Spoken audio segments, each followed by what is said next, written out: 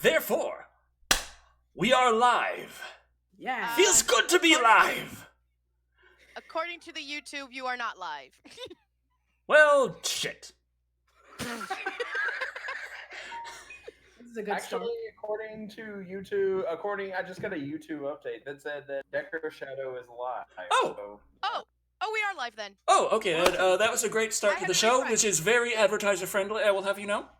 Hello, World Wide Web. I am Decker Shadow, the 90% of the best hair, and welcome to Live and Wired episode 60, Back from the Grave. Joining, as always, we have that long-haired, creepy guy. Legs. And his amazing legs, of course. They are attached to him. It comes part and parcel. We also have the glue to our construction paper. The molasses to our pancakes! Patricia Moran. Hi, everybody. Ain't you ever had any good molasses pancakes? I've had molasses cookies before, which, you know, if Yeah. you sprinkle some ginger on it, that's delicious, by the way. But molasses pancakes, that's a new one. Well, remember he lived in Vermont. That's not far from Canada, so Ah. But It might wouldn't that be have maple been syrup that they- country? Yeah. Yeah. Aunt Jemima is not maple syrup. That is corn syrup, I will have you know. Okay. And, of It's course, we also have Cat, with the last name, Greetings. which I have given up on trying to pronounce. It's not because it's a Greetings, difficult Lord. name, it's because I suck at names. That's just how it is. Yep. She is Greetings, the other foolish mortals. glue. She is the other glue that holds us together. Okay, Yeah. so I was just getting everything set up because it's not like I've been doing this for 60 episodes and know what I'm doing yet. Very You'll finally true. get it at number 100. What remake am I most excited for? That's a trick question. Yeah, for sure. Mhm, I mean, mhm, like, mhm. you know, which remake have we not covered on Live and Wired that we're looking forward to? There have been a couple that have been announced. I'm sure there always are some that get announced here and there. I know of one in the video game world that I don't know how to feel about. Okay, which is? Silent Hill, one of my Oh, favorite yes. horror series. I've been Oh, hearing a bit about. yeah. Is that still technically in rumor stage, or has it been officially announced yet? There's been rumors, and it's like getting even more stronger that they're going to bring back either Silent Hills, or they're going to actually do a reboot of Silent Hill. Which Oh, yes. And remember the last time that we had that glorious remaster? I mean, it was just so amazing that it left we people don't talk- speechless. we don't talk about the remaster. We do not talk about the remaster. We do not. But Talk about... yeah, I remember playing the original Silent Hill when it was new, beating it, but still having no fucking idea what happened. Wait. That's Deck- normal. Decker, did you beat it or did you beat it? I beat it. I didn't beat it. So you didn't get. No. There's the normal ending you do. I know what Cat meant. I'm just sitting here the whole time wondering. These two know that the original Silent Hill. Decker might beat it to Silent Hill. Do I go with Michael Jackson's joke or do I go with the obvious one? I'm Yes, so Sure. torn. Oh god. Well, you could do both. I sure. could do both, technically. I don't know. Now it just seems like the mood is over. So. Yeah. Oh, well. Eh. But okay, now this is really confusing because I see all the stuff going on there. There's chat flying on YouTube. Everything's looking nice. According to Restream Yeah. over there, I got 77 total viewers across YouTube, Twitch, Mixer, DLive, all that, like 79 now. According to Streamlabs OBS down here on my Surface, I have 2 viewers. 2? I don't fucking. I guess that's specifically the Twitch chat. Demon Orc says, "Hey Decker, Creepy, and Patricia. Hi all." Hi. So okay, I got the Restream chat. Oh, I'm sorry. Restream chat over there. YouTube chat over there. Twitch chat down here. I know how computers work. I'm good at this. Okay. So we won't talk about how you had audio issues earlier. We shall not. Okay. First rule about Live and Wired: never mention about Decker's audio issues. I spent way too much money on the audio systems to trying desperately to get them to just work. Oh, you should have seen me when I was trying to work with my new to me webcam. Ask Creepy was hilarious. Yeah. Oh yeah, that reminds me. I gotta make sure that the audio levels are balanced. I think I'm way too loud compared to you guys, so I'm gonna turn you up a bit. Okay. Okay, yeah. Okay, yeah. I had it set lower. No such thing as audio issues here on Live and Wired. No. We are audibly flawless. In fact, that's going to be our new website where we have all of our stuff on Live and Wired archived. Audibly flawless. There's That's gonna nothing be our wrong new... here. No. Oh boy. Okay. It just works. Yeah, Blake the Gambling here says. Oh yeah. Let's go into Todd. That's the first time Todd someone's mentioned what it is and got it right first try. Yes, mimic you. What? Yes. I'm about to catch one when I'm on my Moon playthrough soon. Oh nice. Oh, cool. Yeah. Finally got Moon. I'm only 3,000 years late. And isn't that X and Y joke? Oh yeah, it is. It's been 3,000 years. It's been 75 years. No, wait, that's Titanic. No, it's 84. Oh, 84. 80. Yeah. Okay, now I'm already confused. We are in this confusing. We're memeing. Goddamn kids in the internets. It's okay, Grandpa. Okay. Back in your day, we were talking about how lucky you were to live a whole day without going through pneumonia and dysentery. Alex Daniels says, "Hey, Decker Shadow, heard you got your teeth better, and I'm glad you don't have to be hurting in the middle of the night."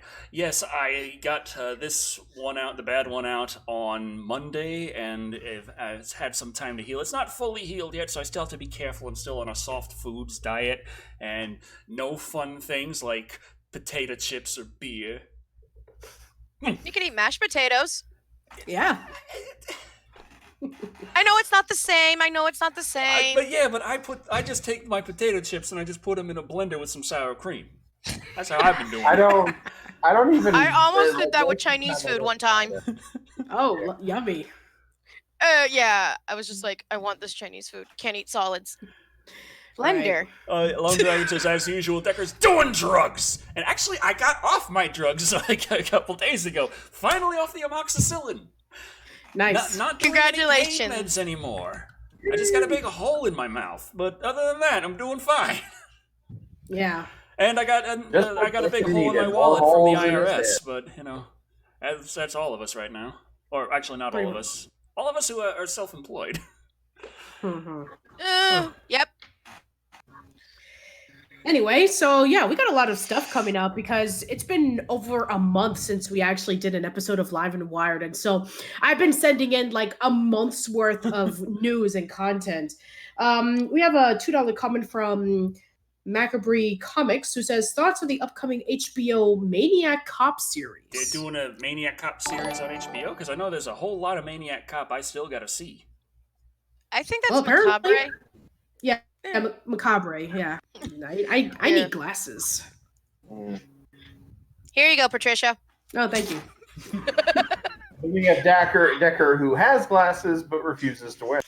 I wish that whole, that Xbox 360 Milo 3D game caught on, and it's like if you gave me your glasses and you put it through the webcam, I would have grabbed it and I would have worn it myself. The Kinect game being hyped up by Stephen Molyneux of all people.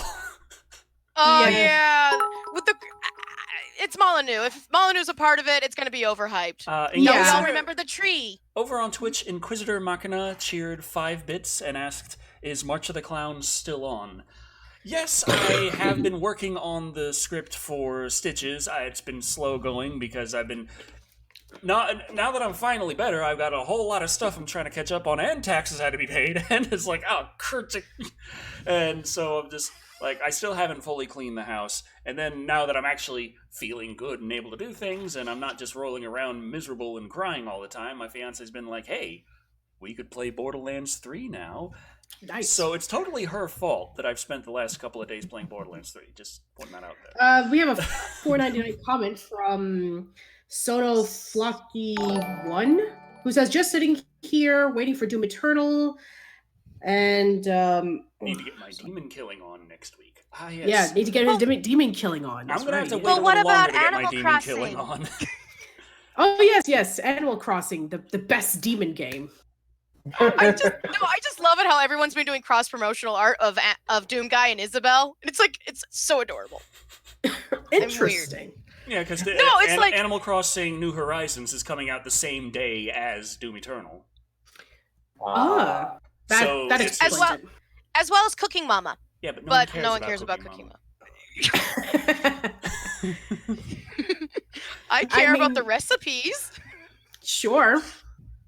That could be a nice thing. I could have that loaded on my Switch, and instead of a cookbook, I'll just quickly play through a level of Cooking Mom and be like, okay, do that. There we go.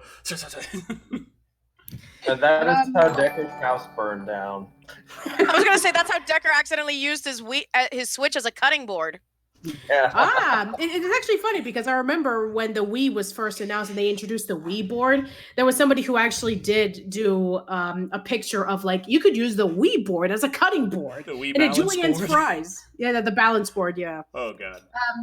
We have a $2 donation from Canada from Sebastian Emond going, "Hey Decker, would you watch Wolf Cop 1 and 2?" I have not heard. I can't recall Wolf Cop. But I'm assuming it has something to do with... What the... Is that... Okay. I'm sorry. My Surface is acting really weird with some of the pixels right now, and I'm like, is that broadcasting that fucked up, or is it just on my side? I could check. Like, did my face just melt off a second ago is what I need to know. If your face... Oh, good. Everyone gets this... But I'm pretty. I'm just guessing what Wolf Cop is. I'm thinking has to do with either a police officer who is a werewolf, or a police officer who just has a wolf. Or both I would watch.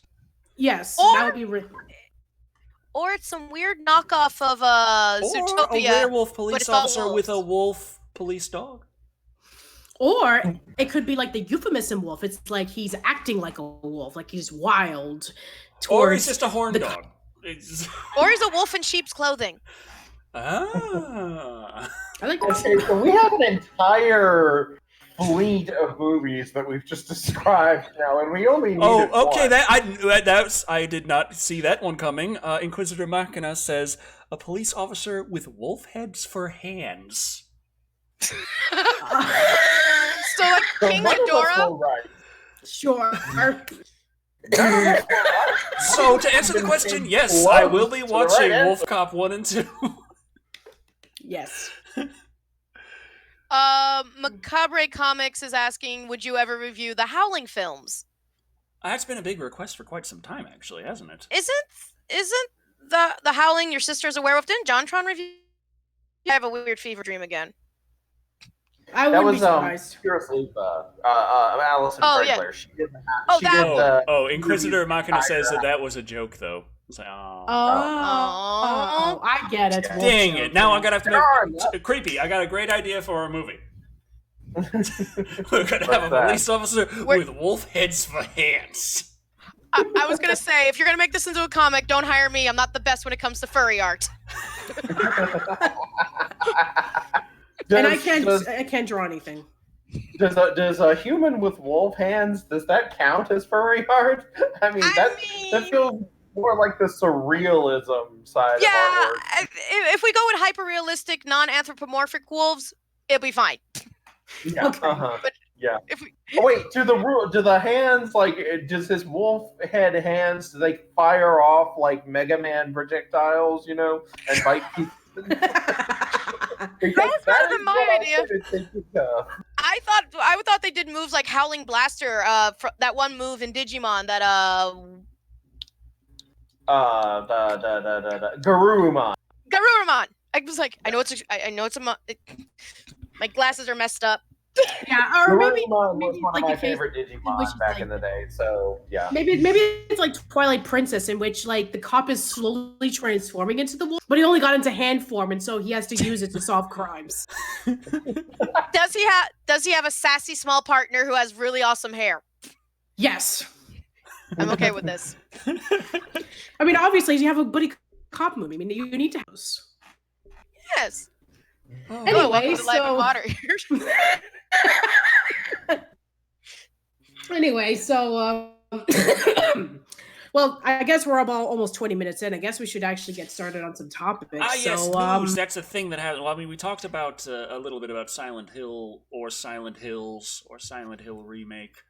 Something like that, yeah. As long as there are mounds of ground that don't make noise, I'm interested, Right. but I'm also... Did you know there's a place in... Sorry. I'm Go ahead. also going to be a little critical. There is an actual place in Japan that is actually known as Quiet Hills when translated. Oh, nice. It is... The actual surface area was actually 7 something or other, which was the name of the company that made tea. Okay, that makes sense. Yeah. It's like...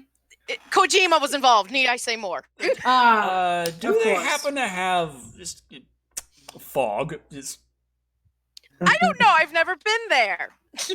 I'm sorry. I'm not working on that Patreon yet. Therefore, I am not going all the way to Japan with you just so we can verify whether or not there's fog in this one town. Well, I still have $12,500 worth of dental work to deal with. Why don't you just go to Maine? It's always foggy there. That's true. Actually, isn't Silent Hill within the game's canon? Isn't Silent Hill a town in Maine? It's in the New England area. Yeah, I knew it was supposed to be in the New England area, but I was like, it's like in Maine or something. Yeah. If only I was healthy enough to do the Stephen King drinking game. Patricia's missing. We could. What if we could do the Stephen King drinking game to Silent Hill? Actually, come to think of it. It is semi-possible. I mean, I feel like that's something we should do, like for an anniversary or something, like That would for a be- Silent Hill anniversary. well, are you going to do the game or the movies? And if you're going to do the movies, Yeah, that's where I start to lose interest. yeah, because I unless did you like want the part where the guy ripped that lady's entire epidermis off. That was that's a just fine something move. that I was like a little bit more extreme than I was prepared for. Yeah, it worked for Silent Hill, but Yeah. yeah, but I was just gonna say, if you do the movies, you're gonna. If I was there, there's gonna be a teeny tiny me ranting in the corner, pointing out all the inaccuracies. Susan Patterson is asking, "Hey, where have you been?" And the dentist's office. When I wasn't in the pharmacy aisle at Walmart, like trying to dig through the Tylenol, like I was on vacation for a whole week, and then I got sick. So extended vacation. yeah. We still have extended vacation. Well, my sister does at least. Lucky her. Nice. Yeah, Some people I know have gotten like an extra week off from school because of the thing that we're not allowed to say out loud. No one We must no longer- say the word, or else the demonetization ghouls come out and say, "Hey, you aren't a big mainstream news outlet, therefore, pure evil." You are being conspiracy people. So yeah. But, All right, but I do so know a lot. New Dog Prime gave us £2 saying, "Hey Decker, any chance of a Rampage review?" Oh, the Rampage movie with Dwayne the Rock yes. Johnson. I don't know why I haven't seen it yet, because it looks like a ton of fun, and I enjoy the Rampage games, because it is just, hey, I'm a big monster, I'm going to knock down buildings and eat people and smash tanks. Obviously, I'm It's a going to wonder enjoy we that. haven't done it's a wonder we haven't done a live stream on your gaming channel. I know the Rampage that I really got into was Rampage World Tour and Universal Tour on PlayStation 1, I think. Mhm. Yeah. And I played the hell out of Universal Tour, and it was like like destroy all the cities on the Earth, and then destroy all the towns of alien planets. Just keep going and destroying more places. And it's funny because like reviews at the time were like, "Well, it's really just the same levels over and over again," and I'm there like, "Yeah." Yeah. It's like the Jaws All right, game. so- The levels are repetitive. Right, It's fun. exactly. Fun. I mean, EDF has got to be like my favorite game ever, and that's the big reason why Charlie does not want to play it with me. She's like, it's the same level over and over again. How can you stand it? I'm like, I shoot aliens and they die, and then I win. They look just like him. They're resemblance. It's got the aliens, yeah. I get to shoot things. They have mouths too. They look like they're talking. Does that mean they have their own language, just like humans? Wow, what a concept. Wait. Well, anyway, I actually have the first article up, so I'm just going to pull it up. This is the most recent thing that I found. I'm not going to talk about the other thing just yet, but I'll get to it. So yeah, let's talk about our first, well, quote unquote remake, sequel, something that has been popping up, which is not to be surprised because, I mean, hey, it's Hollywood. We have to remake everything. So here we go. Let's get started, peoples. So yes, Scream 5 is in development. Why? Sorry? Are they going to do kind of like the Jay and Silent Bob reboot thing where they're going to be a self-aware reboot? Like, hey, wait, haven't we done this before? No, that was Scream 4. Scream 4 was the self-aware humor. Scream 1, 2, 3, and 4 was the self-aware humor. I mean, yeah, I know, but I'm talking about like Scream 4 was the one that brought up the whole horror remakes thing. So they're going to have to think of something else. Real quick, is this one going to involve time travel the way that Stab 5 did within the Scream? You know, I'm not sure. New Dog Prime gave us another two. Oh yeah, sorry. New Dog Prime gave us another £2 saying the tone is odd but gets good when they fight. Okay, so thank you for that. I assume that's in reference to Rampage. Yeah, probably Rampage, yeah. All right, so here we go. Discussing Film had learned that Scream 5 is in development and is targeting to begin filming in May. Ready or Not directors Matt Bettinelli-Open and Tyler Gillett will be helming the film. Chad Villella and the original screenwriter Kevin Williamson will executive produce. William Sherrick, James Vanderbilt, and Paul Neinstein will produce the film. Plot details are scarce, but sources say it will follow a woman returning to her hometown to try to find out who's been committing a series of vicious crimes. It is unknown if it will follow the story of the past 4 Scream films or pave a way for a direction for the franchise.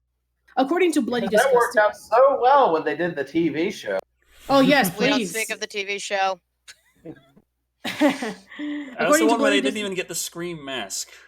Which was literally just a Halloween mask someone bought. Yeah.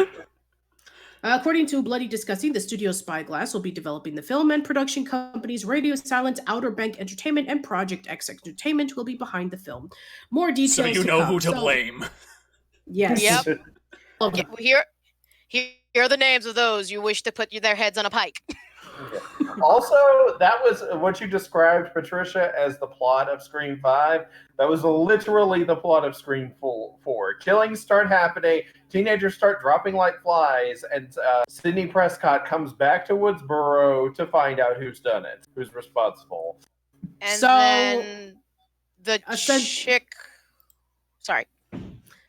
So essentially, it's just repeating 4 again, making it look like it's something brand new. I mean, of course. I mean, I didn't expect anything less. Wonder if they'll have the douchebag who's constantly live streaming. Wait, was that in Scream 4? Henry Rangel on Periscope says, "Hey guys, hey Henry." Hello. Hi. Yeah, so I mean, did anybody really ask for another Scream movie? I mean, we already had the first 4, then we had the TV series. I guess I kind of did, but probably not in the way you mean. Like, How so? I like a more self-aware, like intentionally self-aware, but not stupidly self-aware. Like, still trying to be a horror movie, but just having the self-aware humor in that. I kind of like that balance that Scream has, where it's not really a comedy, but it is. It's Scream. Okay. Yeah. That's fair. So I mean, to be fair, I am a little bit excited for this. I mean, I was excited for the Scream TV series until I actually started watching it. And I remember your vlogs on it. Yeah. I think that was one of the first times I ever vlogged anything on YouTube and was sincerely like raging over it. That was before we got into the live action Scooby-Doo, movies. So, I hadn't shown a lot of anger on YouTube yet, but that was. I think you may have. I think one of the X-Men movies you did that as well, wasn't it? Or was that something else? I think that was something else. I don't remember ever flying into a rage over anything X-Men related. Not. I remember flying into a rage over some movies. We don't. Yes, Predator. We know. That's how you got famous. Cinema Reaper Reviews said Scream 5, Ghostface in space. Oh boy. I mean, that was where they ended up sticking Pinhead. That was where they put Pinhead. Pinhead, Jason, Leprechaun. Yeah. I mean, that is the point in which you have no return if you go have a horror icon into outer space. Does this mean that, like, in the space, in the one where Ghostface in space, Ghostface goes to hell? Does this mean that when Ghostface does go into space, he'll be making Skype calls instead of calling people on their cell phones?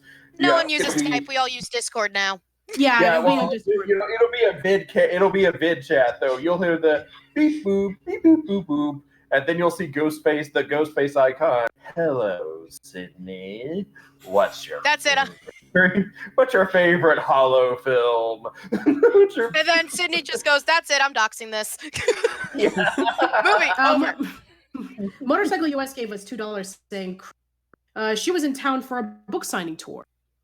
Yes, she was. Yeah, you're right. Ghostface in the hood.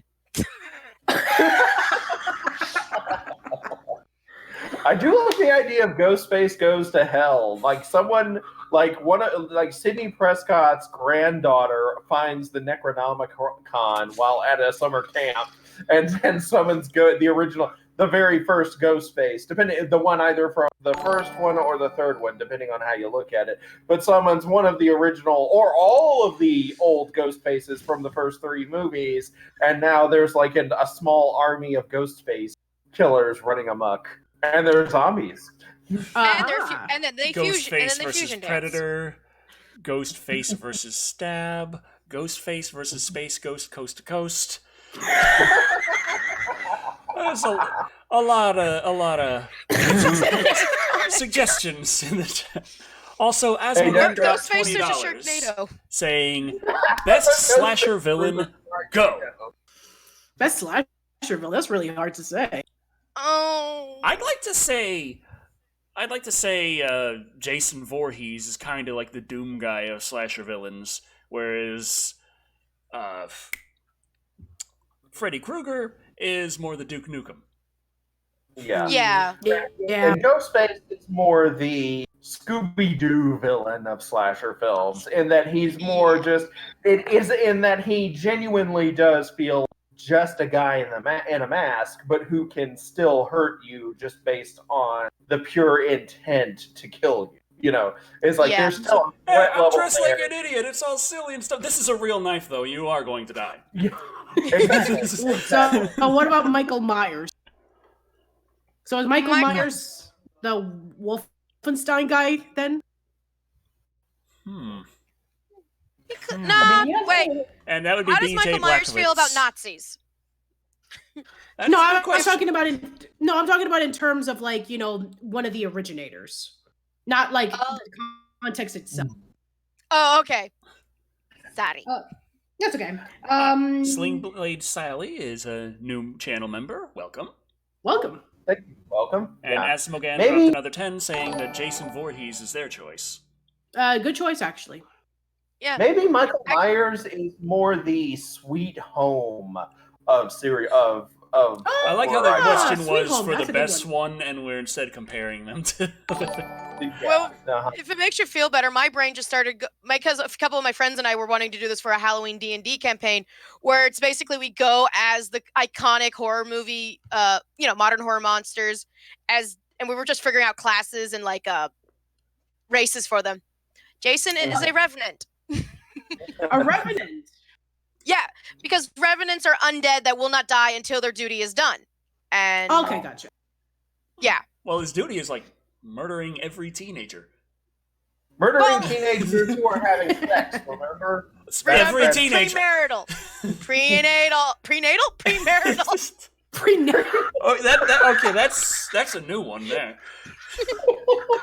Okay, we are definitely demonetized at this point. I'm sorry. Yeah, this part of the show just went to a very strange place. And I want to point out it wasn't my fault. Know this. There are things called slips of the tongue. They are entirely unintentional, and they happen all the time, and they have no Pretty much. no ill will behind them. Yeah. Nope. Monetized. Okay. And now we all need to sing the Harmony song from Sabrina the Teenage Witch because of a Freudian slip. Yes. Yes. Can't we just hold hands and sing Kumbaya instead? Oh, wait, we can't hold hands. We can't hold hands. Everyone, give me your energy. We must have Decker, we must I have want to Derek know release where the that spirit. spirit bomb is going. I need to know where that spirit bomb is going before I can take this. I will not be held. I will not be charged with life and health. Sean Gamble is a new member, so Welcome, Sean. Thank you. Welcome. That reminds me, I do need to come up with a new reward for channel members. That's the thing. Okay.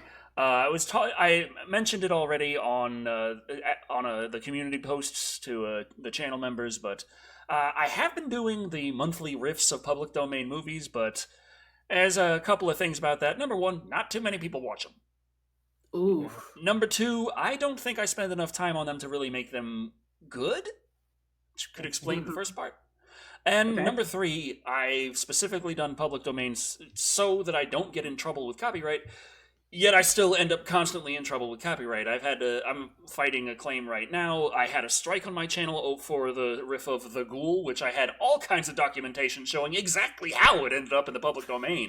But that was still not good enough. And it's just like, it's so frustrating trying to just do public domain riffs because of the broken YouTube copyright system. Currently thinking Motorcycle of US gave us $2 saying Decker/Creepy hope never an evil Indian movie. Huh? Okay. Hope never in evil Indian movie. Maybe we're supposed to. Maybe it's a code. Maybe it's a code. Think of it like Kojima. Hope never. So that hope never. Is it Poltergeist?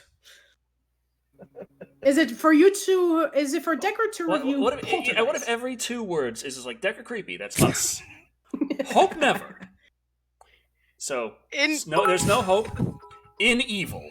That's the specific thing. Is just in evil. It is contained within it. Indian movie. So this is something from Bollywood. There are some good Bollywood movies out there. Yeah, for sure. Although There Is No Hope in Evil could be a Bollywood movie title. Hope never in evil. There is Hope no never hope in evil from Bollywood. Ah. We should check that. We gotta find out. This is when we find out there is that movie, and now you will review it. Yes, but All right, I have in terms of replacing the riffs with something else, currently one of the suggestions was to read out creepypastas, which sounds Which like ones? Yeah, which just one? That's a good a one. new one every month.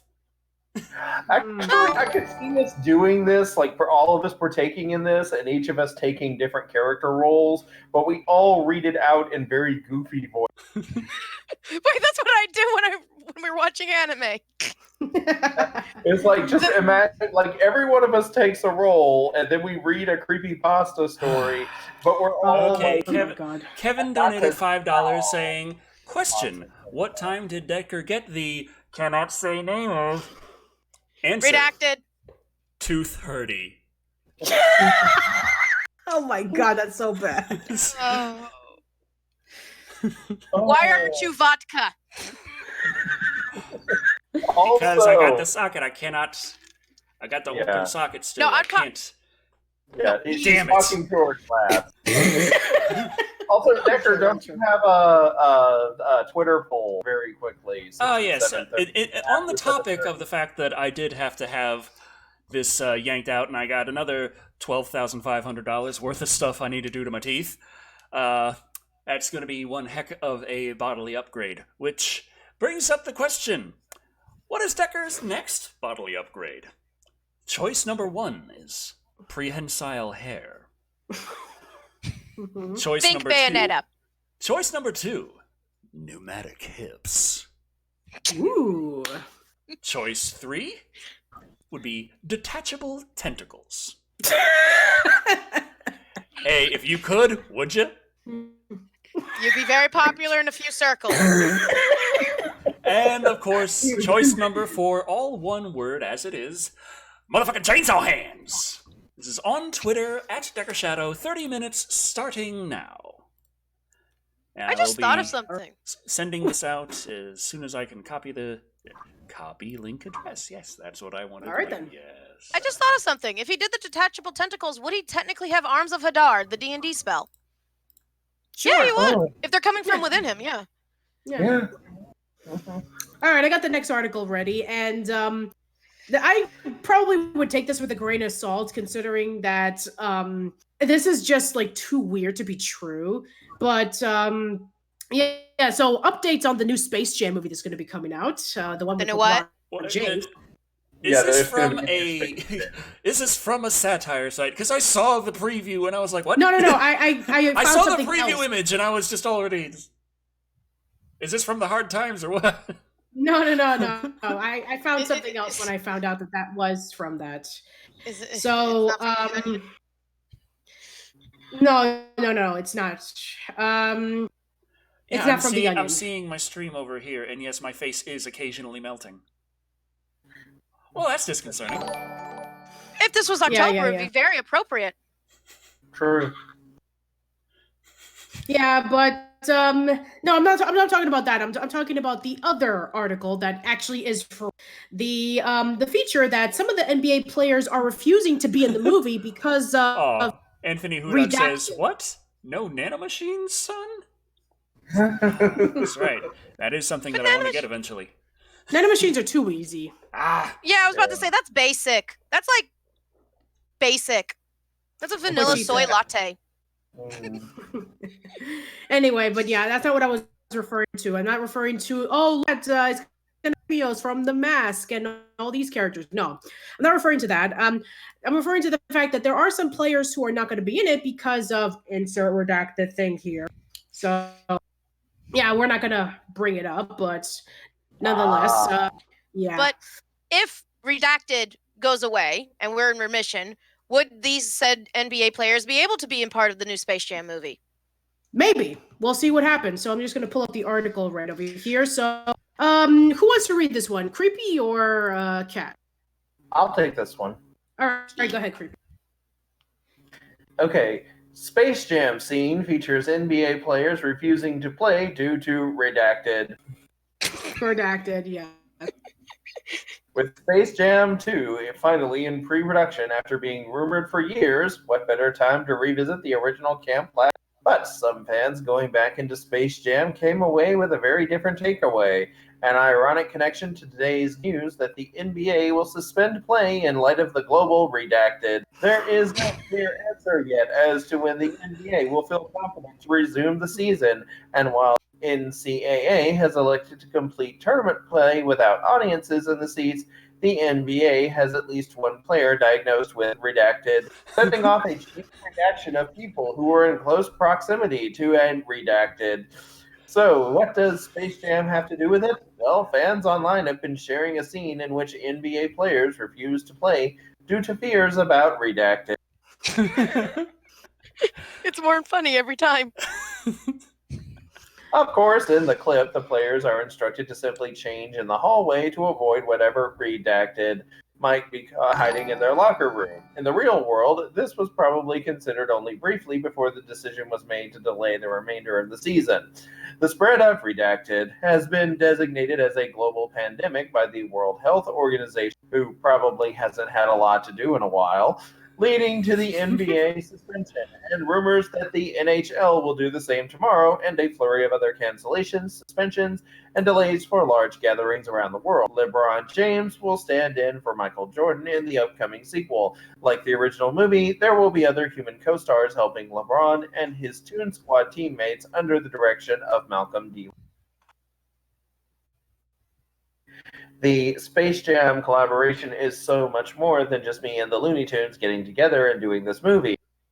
That is exactly what that is. I was about to say, it was just a Looney Tunes movie to entertain children in the 90s.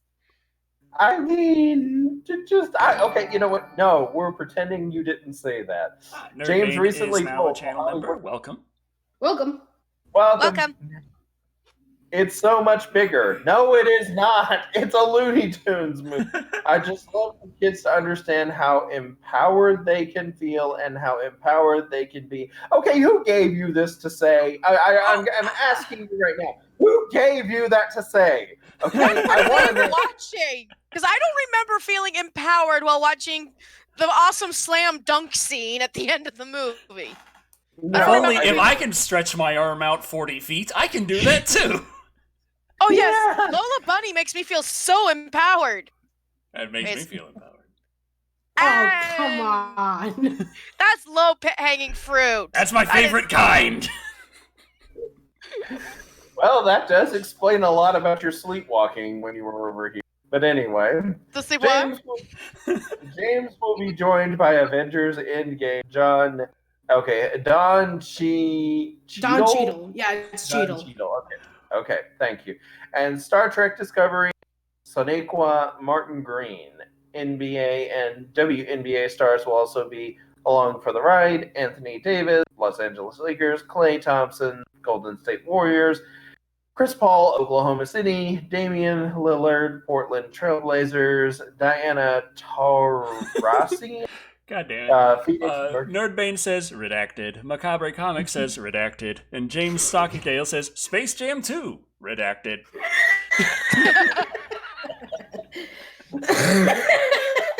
Welcome to Redacted Land. That should be our next. Okay. A bunch of other NBA people are set to star in this. Space Jam is scheduled to debut July 16th, 2021. Okay. Yeah. Anything else God. redacted? Oh, Sling Sally said something, and then it got retracted, but I read it before that happened. They said, Harold, if I can get my mouse to work again. Okay, there we go. Harold Hard Rada gave us $5 saying, I demand a review of Pitch Black. In fact, do all the Riddick film. But, all of them? Sling Blade Sally had said, oh please, I was in my late teens and all I did was get high and laugh my ass off. And then YouTube says, message retracted. No, redacted. Redacted. No, that right there, it says retracted. Oh. YouTube deleted that. So like, goddamn YouTube. Wow, the YouTube overlords are hard on us tonight. Also, Motorcycle US gave a super chat a little bit ago. If I can get it. I'm $2. Yes, I see. I got it over here. I just can't get this thing to cooperate with me. Okay, guys, getting scalped. Shadow does have best hair. I don't know. Also, Horror Edit has dropped $2 Canadian. No comment, but thank you very much. Thank you. Thank you. Thank you. Redacted. Actually, no, not. Can you make that a sound for when someone donates money to you on Twitch? Just creepy going redacted. Redacted. Oh, God. You probably can. Yeah, every time that if YouTube has to get more like YouTube friendly, where we have to get rid of all of the explicit terms, every time Decker does a rant and he's attempting to swear, it's gonna be blocked out by creepies redacted. This movie redacted. That just means like every other word on the Predator reaction video will be redacted. It would just be him Redacted. saying redacted over and over again. Yeah, pretty much. Mhm. I'll never forget. I saw when that movie got uploaded and I found it in my subscription feed. I was just staring at the thumbnail. I thought I was looking at some angry caveman video. Decker got so mad at the Predator movie, he went back to the past. Pretty much. Yes. Yes. He's gonna take you back to the past to talk about the films that sucked at. Right. To prevent this from happening in our present and future. This sounds like a movie I'd actually watch. Yeah. I A won't be movie we would have rather watched than the one that we got. Yeah. All right. Oh. Let's discuss about the next thing. So let's talk about some. Patricia, I'm sorry. Yeah. Just Go ahead. 1 second. Go ahead. He travels into the past to prevent bad movies from being our future. He is Decker's Shadow, the Terminator. Dun dun dun dun dun. I could only imagine that ending with is like I prevent Shane Black from making the Terminator, and then it ends up in the hands of Michael Bay. Or you stop Michael Bay Transformers movies, but now he made he did make Teenage Mutant Ninja Turtles. That's right. No. Michael Bay made Inspector Gadget movies instead of Transformers. Oh no. Well, the Inspector Gadget movies weren't necessarily great. Horror Etiquette has $2 Canadian. The Redacted of Skywalker. Oh god. Everyone, new game. Just put redacted somewhere in a sentence. We'll be playing this for the rest of the night. Redacted. Man, All right, let's discuss about our next bit of news. So it's been so long since I've had a nice drink. Now I'm tempted Have to a glass just of go over- water. yes. I'm tempted to go over to the refrigerator where there is one lone bottle of booze and then drink it in front of Decker. God damn it. Don't. Look, water. I can't drink my bottles of water. They don't have them at Walmart right now. They don't have anything. Just do. It's frustrating. It's because of Redacted, and you know it. That's very true. Anyway, we've been trying for several minutes to read this article out loud.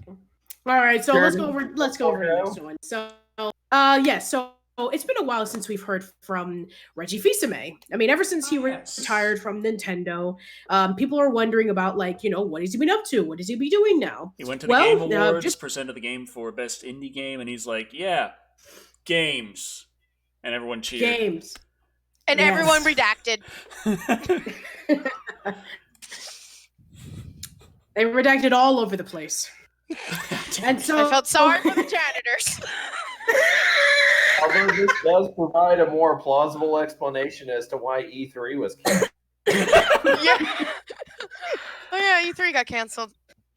I actually brought it up as an article, but I was like, yeah, actually, no, I'm not going to. Nah. But instead, let's talk about the fact that Reggie Fils-Aime is actually going to be the head of something. The one thing that actually has been falling apart like crazy over in recent, we discussed about it live and wired. So Reggie Fils-Aime is going to be one of the board of directors for GameStop. For GameStop? Oh yeah. Oh god, Motorcycle US dropped $2 saying the best little redacted in Texas. reviewed by Musical Hell. Oh god. So I believe it is my turn. God. Yeah, ahead. go for it. Nintendo of America's former president and taker of names is joining GameStop's board of directors. The huge gaming retail company announced today that Reggie Fils-Aime is joining its board to help turn the company around. Fortunately, as a board of directors and not president, when he fails to, he won't be blamed for it. Fils-Aime is best known at his time as president of Nintendo of America when he was the face of the company in North America, replaced by Doug Bowser. I remember not that. to be confused with Doug Bowsette. No. Okay, no. You tell me. No. You tell me I'm the only one here who faps to Doug Bowsette. Redacted. Moving on. Joining Fils-Aime on the board is Bill Simon and J.K. God damn it. And J.K. You deserve that one. Simon has worked for 30 years in various executive roles in retail industry, and J.K. is the president and chief executive of PetSmart. Okay. GameStop's goal is to have Fils-Aime, Simon, and J.K. provide expertise to help turn its struggling business back towards profitability. Yes, we have been reading over the past few Live and Wireds that GameStop has been going severe debt and bankruptcy. First step could probably be to stop cutting your used game discs in half and throwing them in the dumpster. Just a suggestion. Yes. Or maybe not charge your used game a brand new one. Oh god, I had this picture I took years ago, Call of Duty Modern Warfare 2, when it had just come out. They had a used one on sale for $55 and a new one for $50. And I was like, god damn, I just took a picture of that at the GameStop I was in.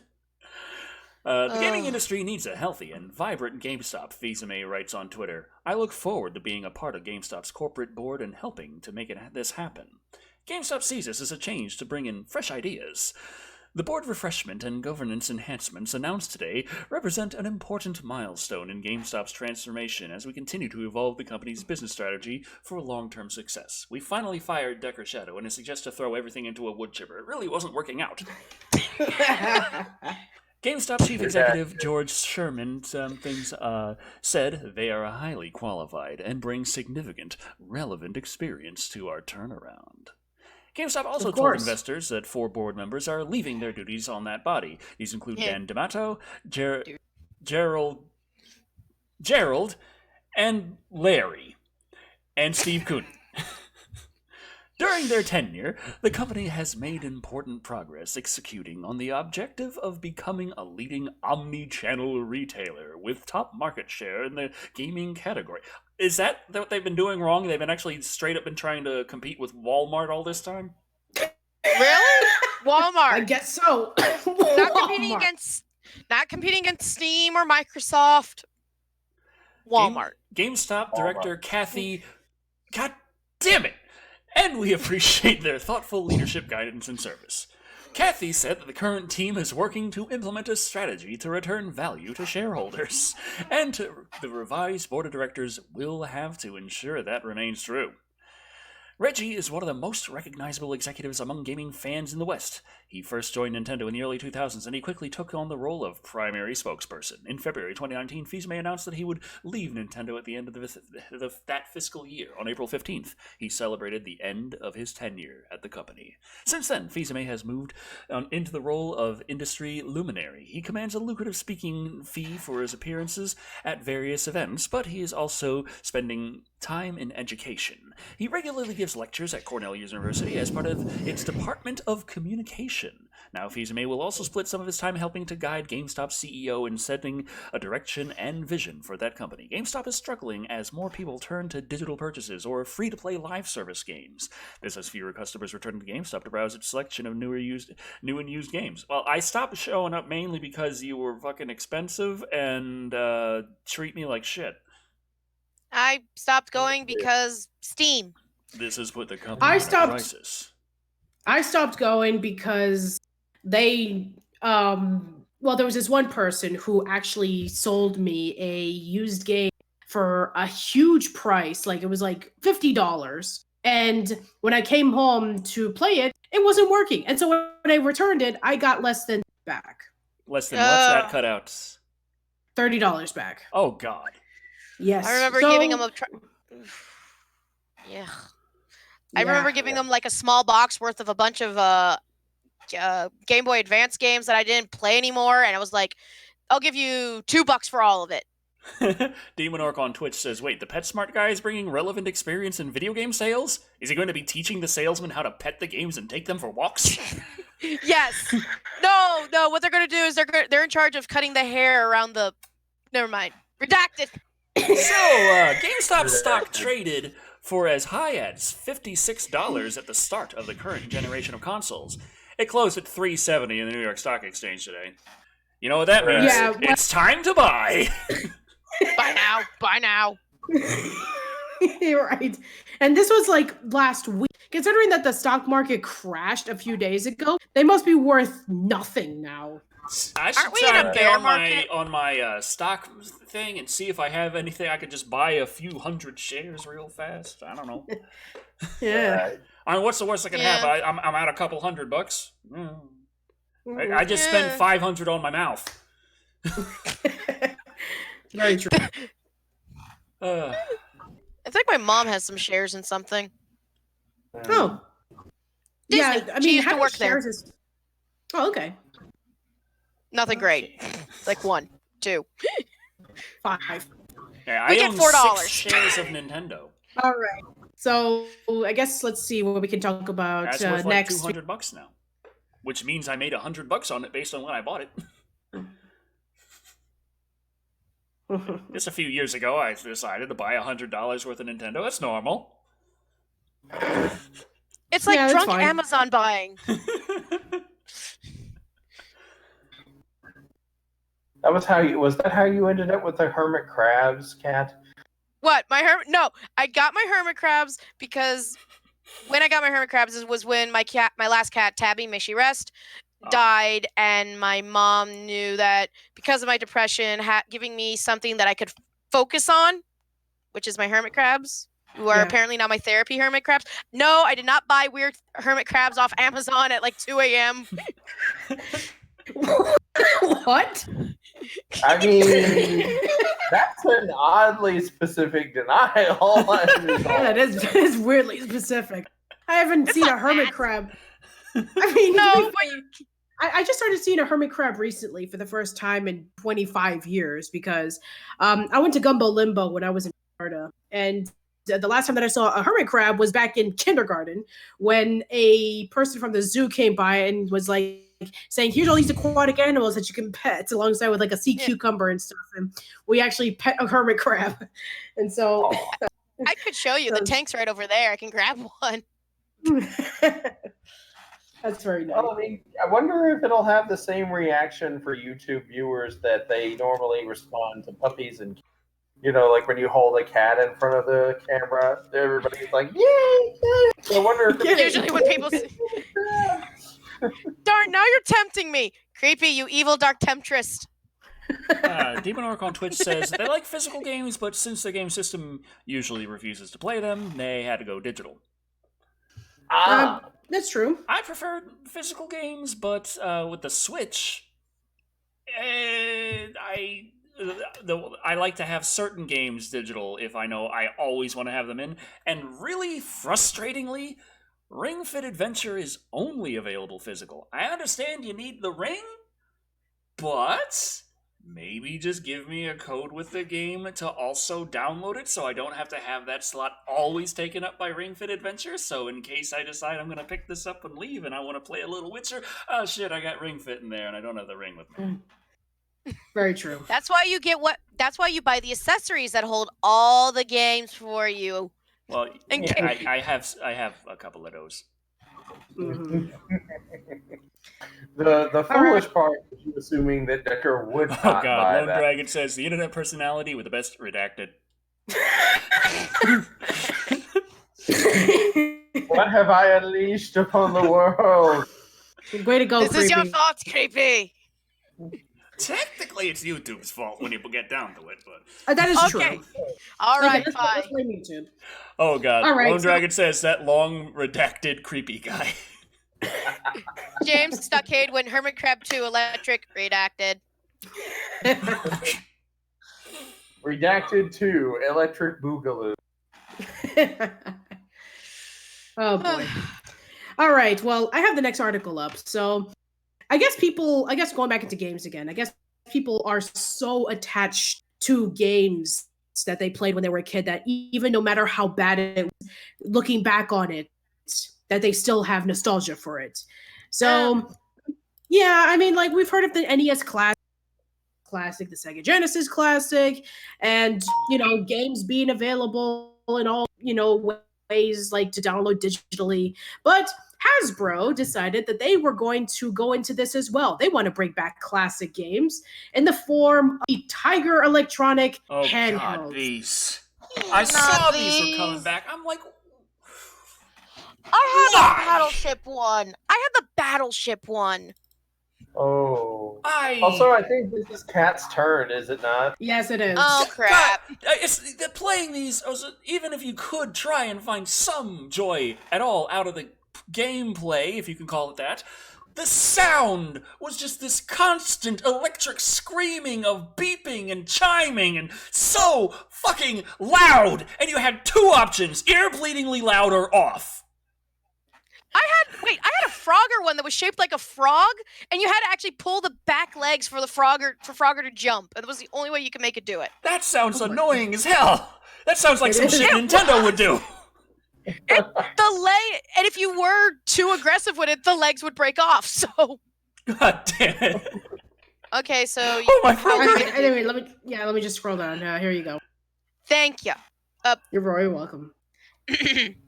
A few years ago, Bandai revealed its line of Tamagotchi virtual pets. The new versions of the toy were smaller than the originals from the 90s and had fewer features. They must have sold pretty well, though, since the company followed those up with a full-size reissue of both first and second-generation Tamagotchis. According to The Verge, Hasbro is banking on 90s nostalgia, too, and will reintroduce their ubiquitous Tiger Electronics LCD handhelds. Yay! The affordable games took cues from Nintendo's Game & Watch portables. I have nostalgia for pain and misery. Oh, you don't suffer from the Schadenfreude? Oh, no, that's watching other people. Sorry. Self-Freude. And no, we're not interested in Doom Eternal. Go away. Okay. Oh, wait, I am interested in Doom Eternal. Yeah, but we can't. YouTube is not. Oh, yeah. The affordable games took cues from Nintendo's Game & Watch portables. Now, those I enjoyed. For some reason. Featuring one title per device, a simple form of gameplay. The big reason for their success, and what Hasbro is likely hoping to still be a selling point, was that they were based on popular console and arcade games like Mega Man and Ninja Gaiden, as well as movies and TV shows like 101 Dalmatians and Beavis and Butthead. That's two different sides of the spectrum. Beavis and Butthead, but what? Tiger Electronics. Yeah. I can imagine what it could be. Beavis and Butthead go corner just so they can just sit down on the couch and watch. Hey, Beavis, give me the remote. Shut up, Butthead. Hasbro will release 4 LCD games this fall: The Little Mermaid, Sonic the Hedgehog 3, Transformers Generation 2, and X-Men Project X. The company says that the games are inspired by their original counterparts, so there may be some changes to their design and functionality. A rechargeable battery isn't one of them, though. The one thing they could have done! Oh, I feel so nostalgic for having to buy some fucking Energizers! Those AA batteries are needed for my mice. Decker, you're starting to foam at the mouth again. Starting? Really? Starting. Also, does anyone remember the Garfield Tiger toy handheld? Oh. Yes, I remember. Yeah. I'm glad somebody was. Each will still need 2 AA batteries to run, and they will not be included with the Scott Duncan says that they got all the Godzilla games and then realized that all 3 were literally the same game. Wait. Decker, your audio cut out for me. Well, that's too freaking bad. He says he got all the Godzilla games and then realized that they were all 3 literally the same game when he got them. Oh my god, that's so bad. I'm so sorry. Yeah. Thanks to their poorly aged graphics and simple gameplay, these probably won't appeal to kids. especially if they already have a Nintendo Switch or an iPad to play with. Duh. It's more likely that 80s babies will get a kick out of seeing them again and Oh either yeah, purchase oh them yeah, on I'll get a impulse. real kick out of this shit. Let's find out. Hey, Creepy, do you have any nostalgia and want to buy one of these? No. I don't. I was born in the 90s. I have nowhere to say. I am not an 80s baby. Well, I am, and I have no interest in getting one of these. I want to relive through having to play them in the car. Scott Duncan says Shane Black's the Predator, now a Tiger Electronics game. No. I just remember because I live in Florida, so the sun is always a pain in the butt. If it didn't have an LED, like a light behind it, you could not play these games in the car. Oh, it's just reminding me of James Rolfe as the angry video game nerd. It's like Waterworld on Virtual Boy. It's like puking on a pile of shit. Oh, so they'll get a kick out of it and either purchase them on impulse. They'll cost $4.99 each, or as a fun gift. Oh, $14.99 each. $14.99 each. They're worth $4.99. Or as a fun gift for like-minded friends. Oh, that's gonna be a great Christmas gift. If any of my friends are watching this, if you give me one of these, I will hunt you down and throw it at you. Thank you. Do you hear me, Decker? Do not get me any. The best part of these damn things as a kid was just doing that thing where you do as a kid, where you just examine artwork. Because you didn't look at the label on the damn thing. That was the most entertaining part of a Tiger Electronics thing, was just looking at the label and saying, like, oh, look. Yeah. It's Wolverine and Cyclops. They're doing the fighty fight. Yeah, it looks great. Yeah. Is that everything? Yeah, that's everything. So, yeah. I mean, for those who are wondering, like, what's a Tiger Electronics? This is what it looks like. Exactly. Oh, yeah, there's the game part. Handheld video game. Yeah, I remember my mom bought a bunch of these for me when I was a kid, and she would actually take them with us when we go to trips, like the rare chances we would go to downtown Disney, which is now known as Disney Springs, or Cypress Gardens, which is now known as Legoland. And she had like Wheel of Fortune, she had the Frogger one, there was the Battleship one, there was Klondike Solitaire. I can't believe I remember some of these. I had Sonic R, the Tiger Electronic game. Oh God! I thought my lineup sucked.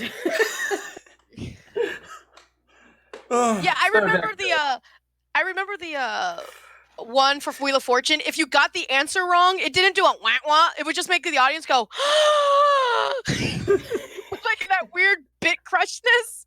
Because it was like, don't give me the bad sound. Just make the whole audience gasp at how stupid I am. Okay. Lone Dragon says it's a cross between a Game Boy and an Etch-a-Sketch. That's being nice. Yes, that's being very. That's actually a very accurate description of it. So, Decker, which is the worst thing to get you for Christmas? Daikatana or Sonic R for Tiger Toy? Oh, it's Sonic R for Tiger. It was way worse. I mean, yeah, I had it. Yeah, I played it. Little. I mean, if you did Daikatana, you can make fun of the plot. Pretty much, yeah. With Daikatana, I feel like I could get a lot more entertainment out of just walking in a circle. Yeah. Playing goddamn Tiger Electronic game. Gosh darn it, Scott Duncan. What Scott Duncan said was hilarious, and everyone froze. Oh, sorry. No, it's not your fault. It's the laptop's fault. Bullfwine says, let's get some OG bottle rockets, strap them to these handhelds, and send them to the moon just like our 80s G.I. Joes. But then the moon people will want to retaliate, okay? Has no one learned anything from the season 2 finale of that? I was going to say, do you really want to make the aliens even more pissed off at us than they already are? On Twitch, Inquisitor Machina dropped 1 bit and said, what about Sonic CD? And I'm thinking, Sonic CD was a Tiger Electronic game? How the hell could they even get away with saying that? I mean, I think there was something you were talking about, like bad video games you had, and you had Sonic R. Which one was Sonic R, by the way, for those of us who never really got into Sonic? Sonic R was the racing game on Sega Saturn that I believe was developed by Traveler's Tales. Yeah. It's the game everybody super Sonic Racing. That was singing with like terribly cringy lyrics in every single track. The entire but Escape game. from the City is the best one. Escape from that was Sonic. No, that's Sonic 2. Adventure 2. No, but that's the best Sonic song ever. Yeah. Well, okay, fair. I mean, it's hard to say. But Sonic R, there was I'm trying to remember all of the. I mean, the Supersonic Racing. I just remembered like the opening part because it was just so. You ever listen to lyrics and think, "Wow, these are so lazy." Yes. Supersonic Racing. It starts off, "Come on, run away. You don't have to stay. We're nearly out of time, but you're doing fine.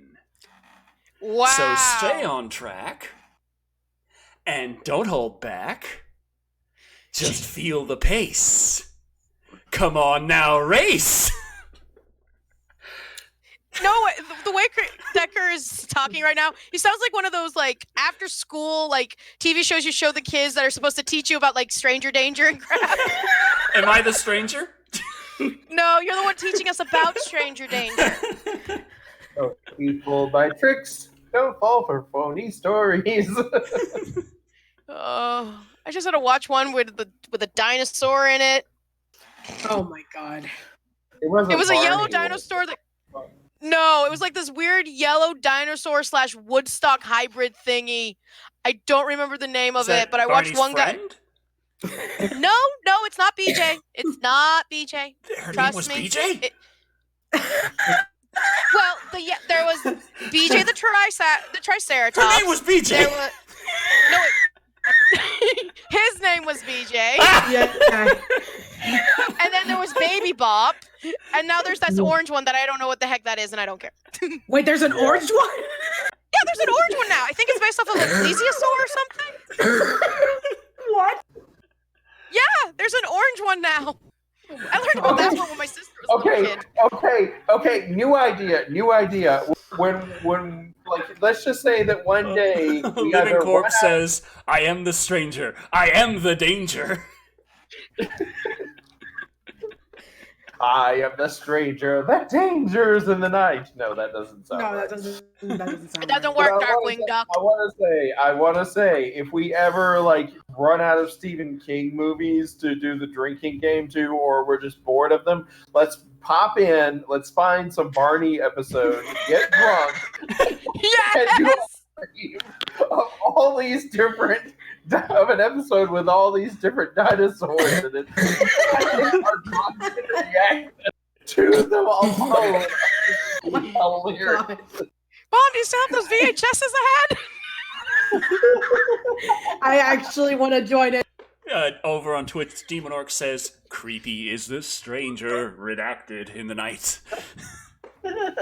Crap, my phone's over there. I was about to look up what the name of the orange dinosaur was from Barney, because I'm like, I'm not going to sleep at night if I don't figure this out. James Stockdale says, "Orange one is redacted." My God. Yeah, there was an orange one now. Okay. Well, while you guys look that up,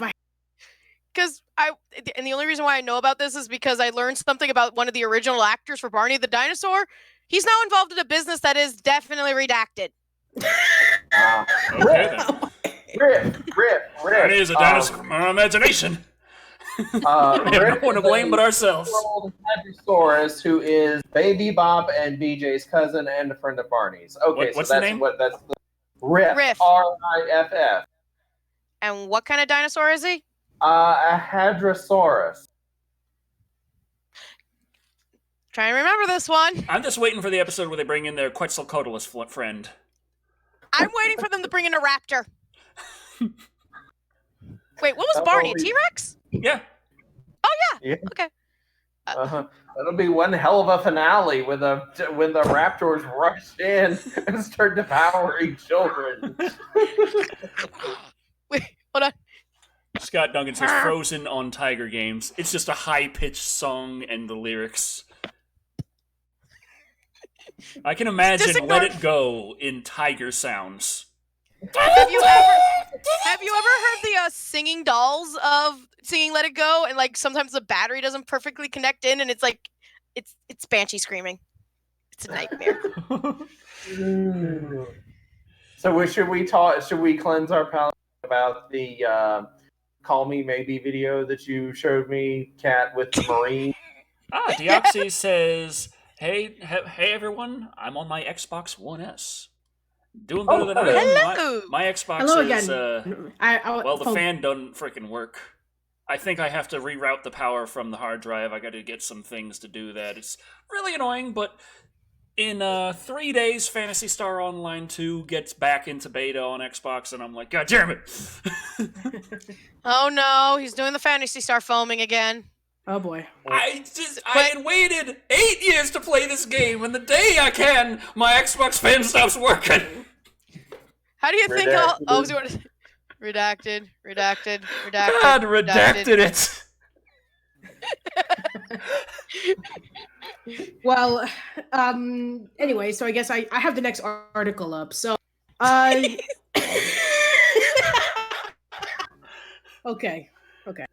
So Taika Waititi, his name is starting to become really big out with Thor Ragnarok and recently winning an Oscar for Jojo Rabbit.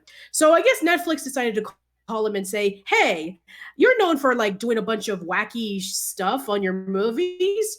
Let's see if you could be able to help us out with this upcoming project. It has wacky stuff and we know you'll do a good job.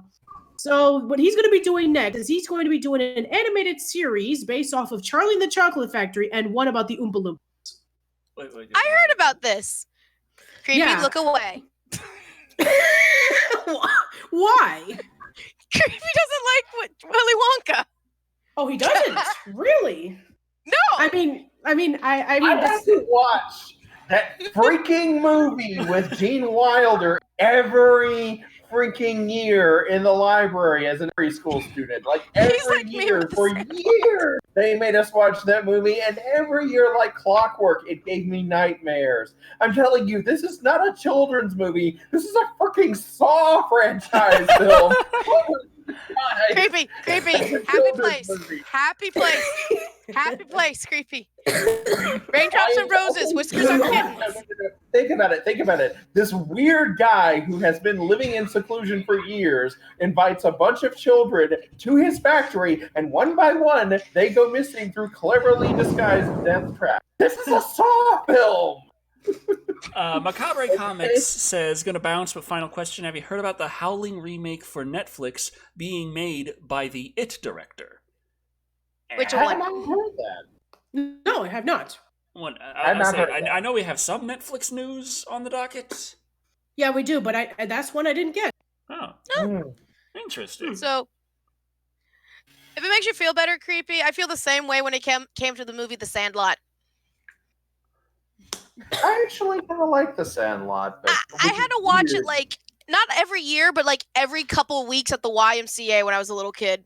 Because we didn't have a lot of TV. We didn't have a lot of shows. So it was like, okay, we're going to watch The Sandlot again. Shut up, kids. Oh, God. John Washburn says that Oompa Loompas are related to the creatures from Phantasm. So that would actually make sense if you find out all the Oompa Loompas in the factory are the crushed corpses, crushed, reanimated, zombified corpses of children. Of Wonka's victims. Oh, my God. That are now his servants. Pretty much. Yeah, more or less. Anyway, so it's my turn to read, so you don't have to read this one, Creep. Okay. In the wake of winning the Best Adapted Screenplay Oscar for Jojo Rabbit, Taika Waititi is attached to write, direct, and executive produce 2 original animated series for Netflix based off of Roald Dahl's Charlie and the Chocolate Factory. The first will be based on the book's character, and the second will be wholly original take on the Oompa Loompas. While capturing the spirit of Dahl's books, both series will build out the world beyond the author's pages.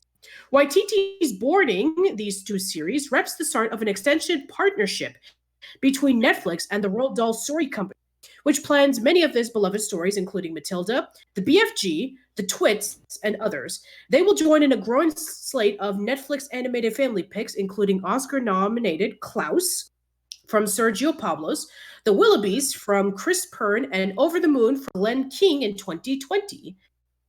I grew up reading Dahl stories and lived large parts of my young life in those magical worlds, so finding the right creative partner to bring Willy Wonka, Charlie, and the Oompa Loompas to life in animation was a daunting task, until Taika walked into the room. Then it was really obvious. If Dahl had created a character of a filmmaker to adapt his work, I'm sure he would have created Taika, said Netflix Vice President of Original Animation, Maniac Cop. In the words of Willy Wonka himself, we are delighted, charmed, overjoyed with Taika's appointment of this project. There is something undeniably Wonka-esque about Taika's creative flair and inimitable sense of humor, and we cannot think of any more perfectly suited to leading the creative charge of the first of these kind feature-quality Netflix shows at a Gideon Similoff, a commercial and entertainment director, Roald Dahl Story Company. Which means the first person to break their contract, he gets to go up to them and tell them that they get nothing! They lose! Good day, sir! Good day, sir! I wonder if they're going to actually touch upon the sequel of Charlie and the Chocolate Factory. I have heard that one of the adaptations will be Charlie and the Great Glass Elevator. Nice! They get to feed the president. Yes, and they go into space.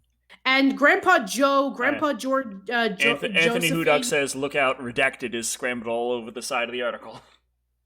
Oh, don't worry. I'll yeah. Sorry. Waititi's feature credits as director, writer, producer include Disney/Marvel's $854 million grossing Thor Ragnarok from Marvel and his upcoming sequel, Thor: Love and Thunder. Waititi not only wrote but directed and starred in Searchlight's Jojo Rabbit. No, Jojo Rabbi? That's the Jewish version, which also was nominated for 6 animated Best Picture.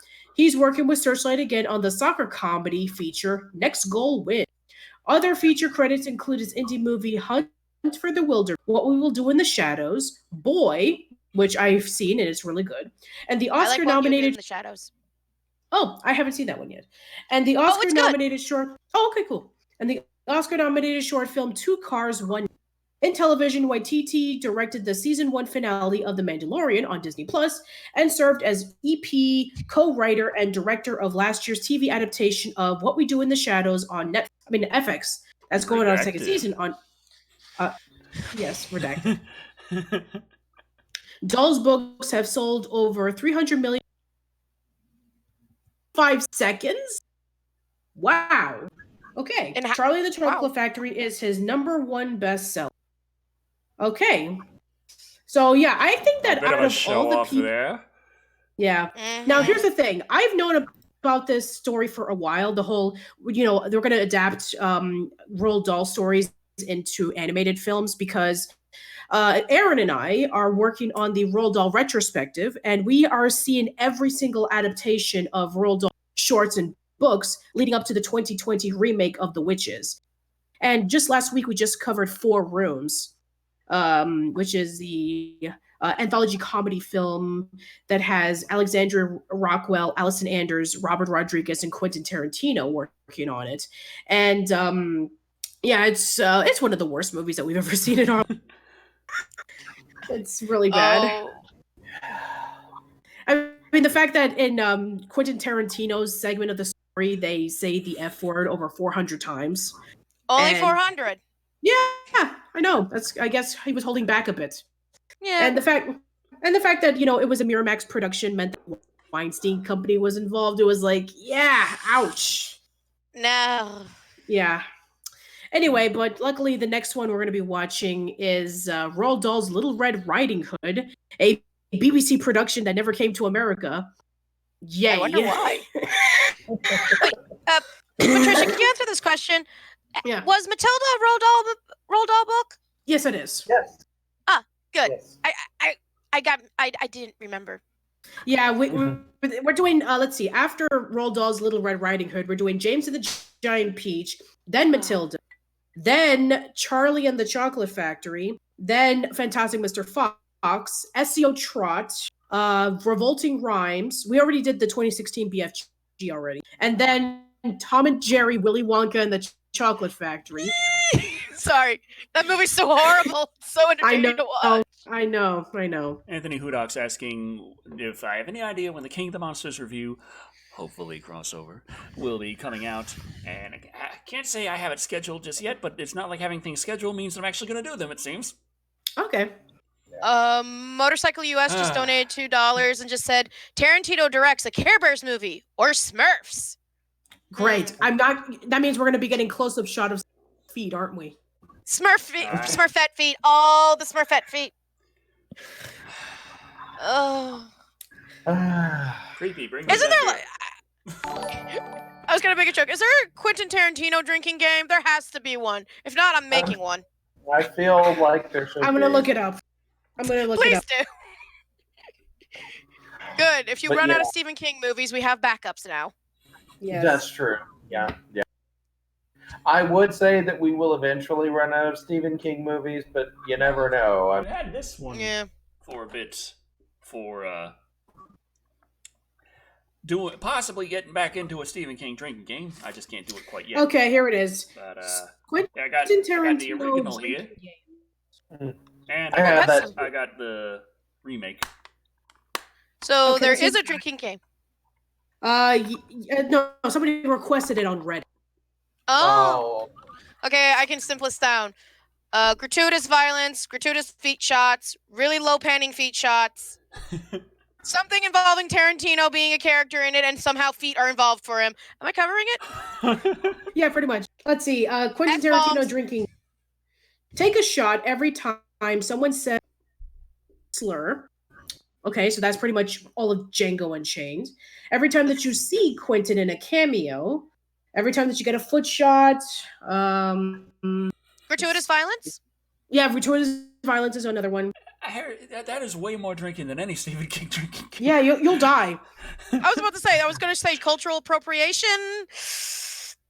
Let's see. Shotgun a beer for natural silences. Okay. We're done. Shotgun the damn beer? No. Drink the whole dang thing. Well, yeah, Yeah, it's like that's kind of the thing. Yeah. Yeah, pretty much. Can't I just nick it? Sure. Why not? So, okay, every time Christoph Waltz is polite. Okay. Every time you see a cam. Okay, okay. Take a shot every time you. Dutch angles. Oh, Dutch angles, yeah. Panning shot. Tim Roth. Yeah. That's. I think that we pretty much are done here. So yeah. Anyways, I was saying. Shane Black's Bears. Yeah, as I was saying before, Taika Waititi is a really good fit for Charlie and the Chocolate Factory because, he's very whimsical and kind of out there. So I feel like his style of directing is perfect for something like Charlie and the Chocolate Factory, as opposed to like Tim Burton when he did it back in 2005. We don't. Yeah. I don't like. Dropped $5. I don't like the Tim Burton version. The movie Mandy. I've actually watched it back in Thanksgiving, and it wasn't bad. Trust me, I've seen way worse. I've seen Breaking Point. I saw Breaking Point in 4 rooms as like the worst Roald Dahl adaptations. And when we get to Tom and Jerry, Charlie and the Chocolate Factory, that's going to be worse. I think Decker had something to say. Oh yeah, go ahead. Nerdbane dropped $5 saying the movie Mandy, but the characters are from Billy and Mandy. I want to see that actually now. Now, how do we get the Grim Reaper involved? Doesn't a character die in the movie at some point? Well, that's just a cameo. I want him in for a lot longer than that. Well, once he's in the movie, someone challenged him to a game of limbo, and they loses due to a hamster, and now he's forced to be best friends with all the characters. And that's how you become friends with the Grim Reaper. Yeah. Does anybody remember the Dragon Ball Z parody episode of Billy and Mandy. Yeah, I remember. Yeah. Dragon Ball. Yeah. They did a I parody of Dragon Ball. I think one of my favorite lines from Billy and Mandy was in that episode. Your mother has a job and is a respected member of the community. What did you say about my mother? I think my favorite episode is the one with Voltaire. Oh, that's a good one. Yeah. It's a good one. Yeah. And then doesn't matter if there isn't gray. Sure, people might think it's strange, but they won't be thinking now because I've eaten their brains. That introduced me to Voltaire, and I became a huge fan. I need some hydration. I do. There's bottles of water. But before then, let's see. Yes, the Live and Wired poll has completed. Oh, goody. Oh, good. Goody! With Did I just high-pitch goody? 57 votes. The spread is quite far. Wow, that's a first. The lowest one at 5.3% of the vote is Pneumatic Hips. So it looks like I will not be getting that anytime soon. Well, 12. No one's seeing the possibilities. 12.3% of the vote went to Prehensile Hair. So it's still a little bit of a chance, but... Strangely, more of the vote went towards Detachable Tentacles at 14%, meaning at number one by a wide margin at 68.4%. Who could have seen this one coming? It's motherfucking Chainsaw Hands! Of course. Of course. And if you put that in, it will automatically win. Nerdbane commented, teeth like boogies. Ugh. I assume like Boogie 2988. Oh, wait, what? That's still I get it. Diego Moreno gave us 99 cents, but no comment, so thank you. Thank you, Diego. Thank you. Now shall I You go are get helping myself Decker. some water? Yes. So shall we think you try need and to- carry the show while Decker is away? I have the next Can we article do it? ready. I have the That's my job. I have the next article up actually. So Nice. yeah, so I'm sure that we've been hearing leaks about like all the video game adaptations, whether it be Sonic the Hedgehog or the upcoming Mario movie from Illumination. But what about TV series? I mean, the only one that we have the Castlevania series on Netflix. What about The Last of Us? Well, just recently. Sorry, I know the article. We had the announcement. Yes, we had the announcement recently from Neil Druckmann himself that there is a Last series on HBO, done by the same creator who did Chernobyl. Interesting combination. Yeah, I think it actually makes a lot of sense. I mean, Chernobyl essentially, Chernobyl, where there's this whole huge explosion that involves with nuclear radiation. So it's like, hey, nuclear radiation, a huge zombie epidemic, and all that stuff. It fits perfectly fine. And Chernobyl also was talking about like the government covering up to not tell people that, oh, this thing happened, and not tell their people. And Did you catch Motorcycle US's $2 super chat? Oh, let me double check. Yes, Motorcycle US gave us $2 saying creepy Darkwing X Gargoyles or Batman X Gargoyles. This sounds like fan fiction. I'm sure it is. How about Batman X Darkwing Duck X Gargoyle? I'm assuming that Bruce is just going to be really confused that day. I feel like the Gargoyles and Darkwing Duck will both take the situation better than him. Yeah. I just like the idea of like Batman sitting on like Goliath or one of the gargoyles, and then sunrise is coming, and Batman nearly falls off. And Batman just nearly falls down because the guy's changing. Yeah, pretty much. Ah! Yeah.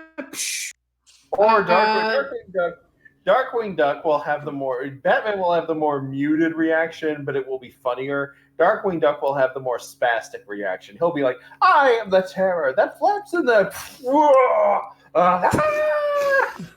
I meant to do that. I meant to do that. All right, Creepy, it's your turn to read. Okay.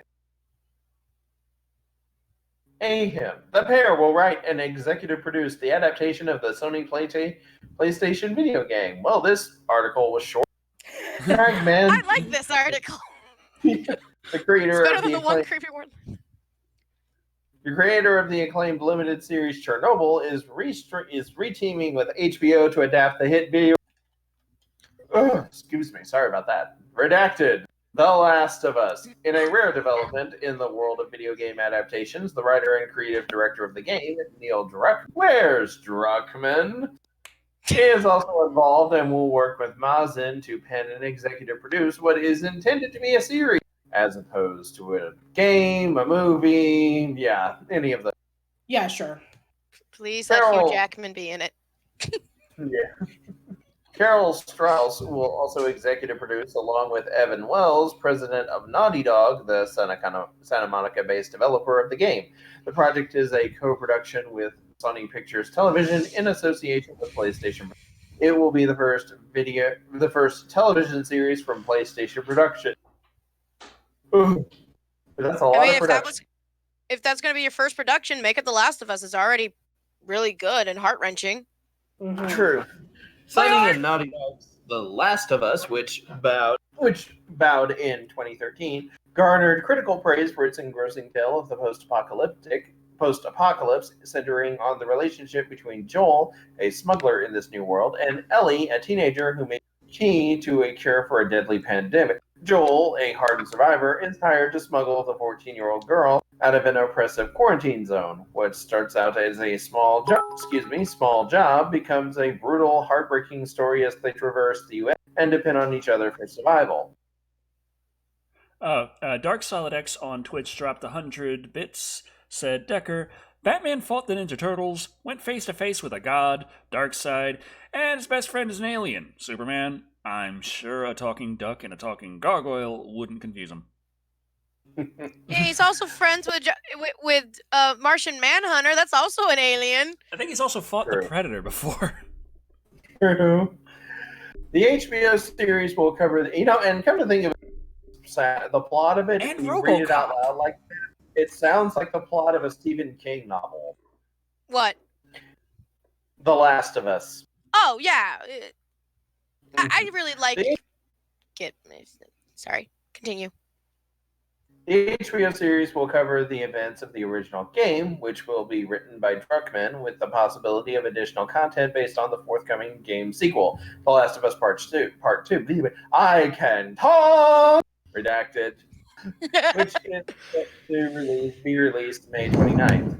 Druckmann is without question the finest storyteller working in the video game medium, and The Last of Us is his magnum opus, Mazin said on Thursday in a statement. Getting a chance to adapt this breathtaking work of art has been a dream of mine for years, and I'm so honored to do it in partnership with Neil. From the first time I sat down to talk with Craig, I was really blown away by his approach to narrative and his love and deep understanding of The Last of Us, said Druckmann. With Chernobyl, Craig and HBO created a tense, harrowing, emotional masterpiece. I couldn't think of better partners to bring the story of The Last of Us to life as a television show. The Last of Us won several Game of the Year awards and went on to sell more than 70 million copies across both in its original release of the PlayStation 3 and a remastered version on PS4. How long does this article go on for? I thought it was short. Is it longer than the Pee-wee one? No. No. I'm having nightmare flashbacks to the Pee-wee article. I'm so sorry. I just had to give you guys that because I here's the thing. Like, I knew ever since I saw Jay Leno back in 1999, and I was like, what? He's bringing it back again? Like, what? I guess Paul Rubin saw, the whole, oh, look, here's the movie that, was originally something nice, but, TV show, and now they're making it into him. It's like, I'm going to bring that project back that I talked about back 20 years ago. Yes, I actually do know about Project. And I also know about his other projects, like Pee-wee Confidential, where he was a hard-boiled private eye, and the Pee-wee's Playhouse movie that never got to, see the light of day, where Chris Rock plays a character named Chunky Boo Bobby. Oh. Yes, Oh. That is a thing. That is a thing. Yes, it is. I mean, for real, it is. That almost happened. Ew. Anyway, continue, creepy. Of course. This is the first of many shows we intend to develop with our friends at PlayStation Productions, says Chris Parnell, co-president of Sony Pictures Television Studios. The Last of Us is a brilliant achievement in storytelling and character development, and we are lucky to have the opportunity to work with this team to adapt it. Druckmann is a long-time vet of Naughty Dog, having started as a programming intern in 2004. In 2007, he was given the game designer on Uncharted: Drake's Fortune, the first installment in the Uncharted action-adventure series.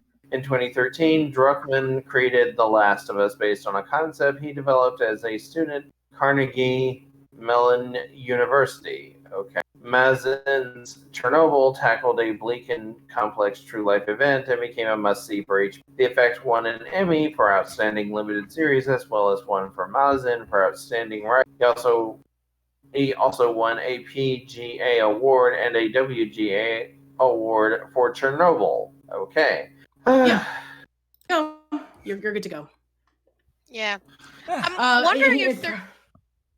For people who are asking me, are Patricia making this thing? No, I'm not. I actually have the book right here, written by my good friend Gaines, and it says so right here on this particular chapter about the movie right here, page 140.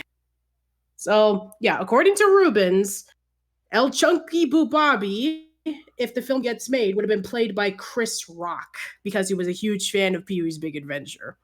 Oh, Lord, that exaggeration.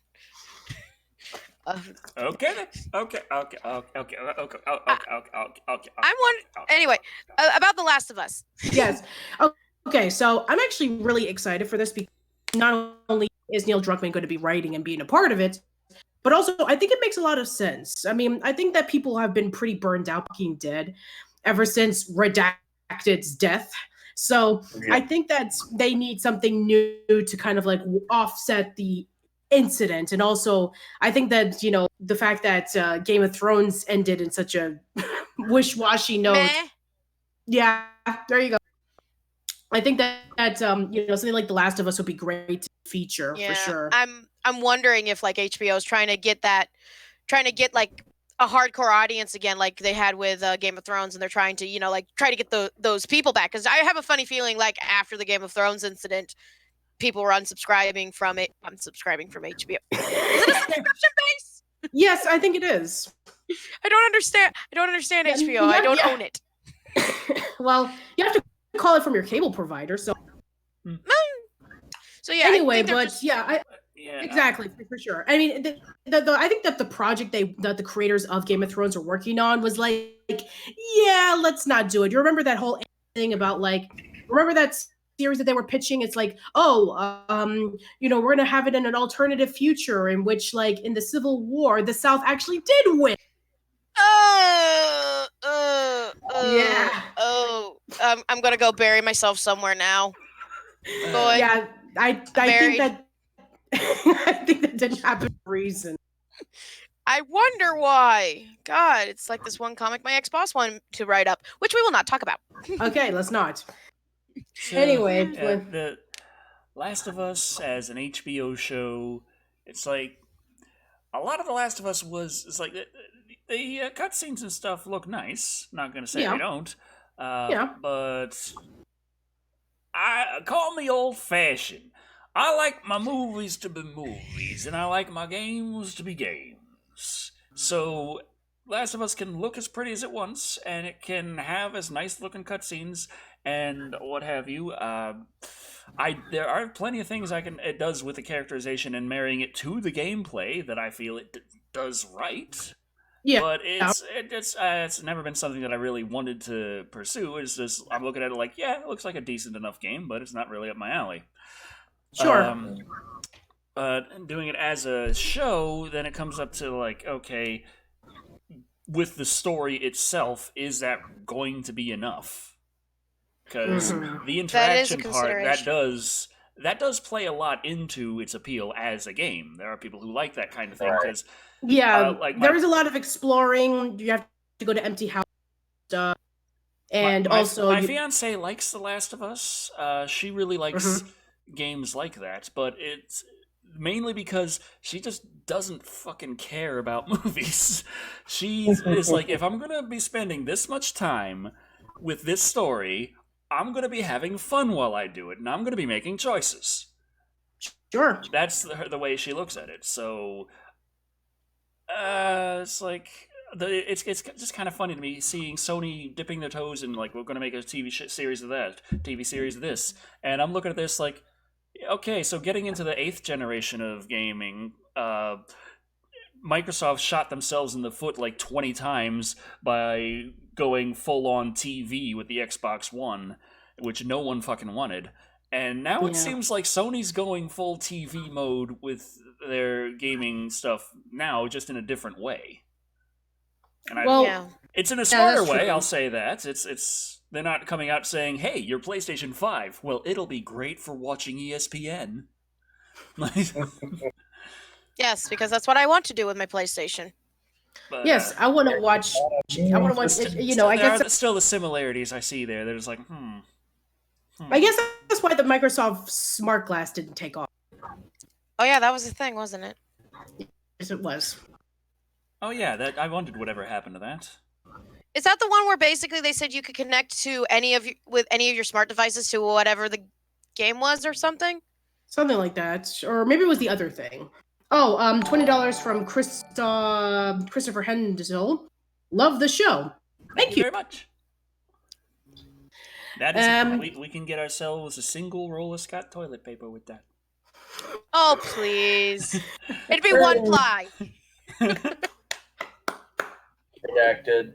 Redacted. All the peasants with their toilet paper. I have no need for toilet paper. Ha! I had to go shop. Bidet.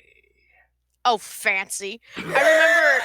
No, I had to go to Walmart a few days back, and the whole toilet paper aisle is gone. And I was talking to the associate about, seeing when it's coming back and him telling about crazy stories he's seen while this is happening. And an old guy comes up to me, is talking as if I am selling drugs to him, like in TV shows. He goes, so, where can I get some toilet paper? Without missing a beat, I went, Hispanic aisle, corn husk. Because that was toilet paper before toilet paper was a thing. Very true. Very true. Oh, God. How did he respond? Let us know. He looked at me like I was crazy and then was like, I meant a website. I go, oh. I go, Amazon? I don't know. Because I was just being a snark. Like I always am. Oh my God. I just imagining this guy like surfing through the dark web, trying to find a website that will let him buy toilet paper illegally. Like, well, you wouldn't illegally download toilet paper.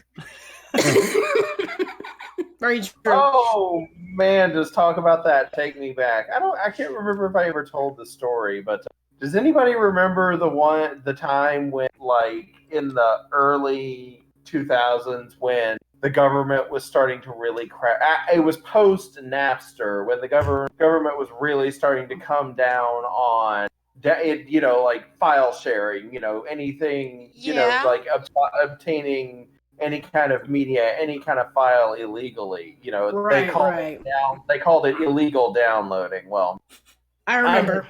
Yes. I had just gotten a new computer. This was when I was still living with my parents. I was out of college, but I had to move back in with them for a while, proving that I am a millennial.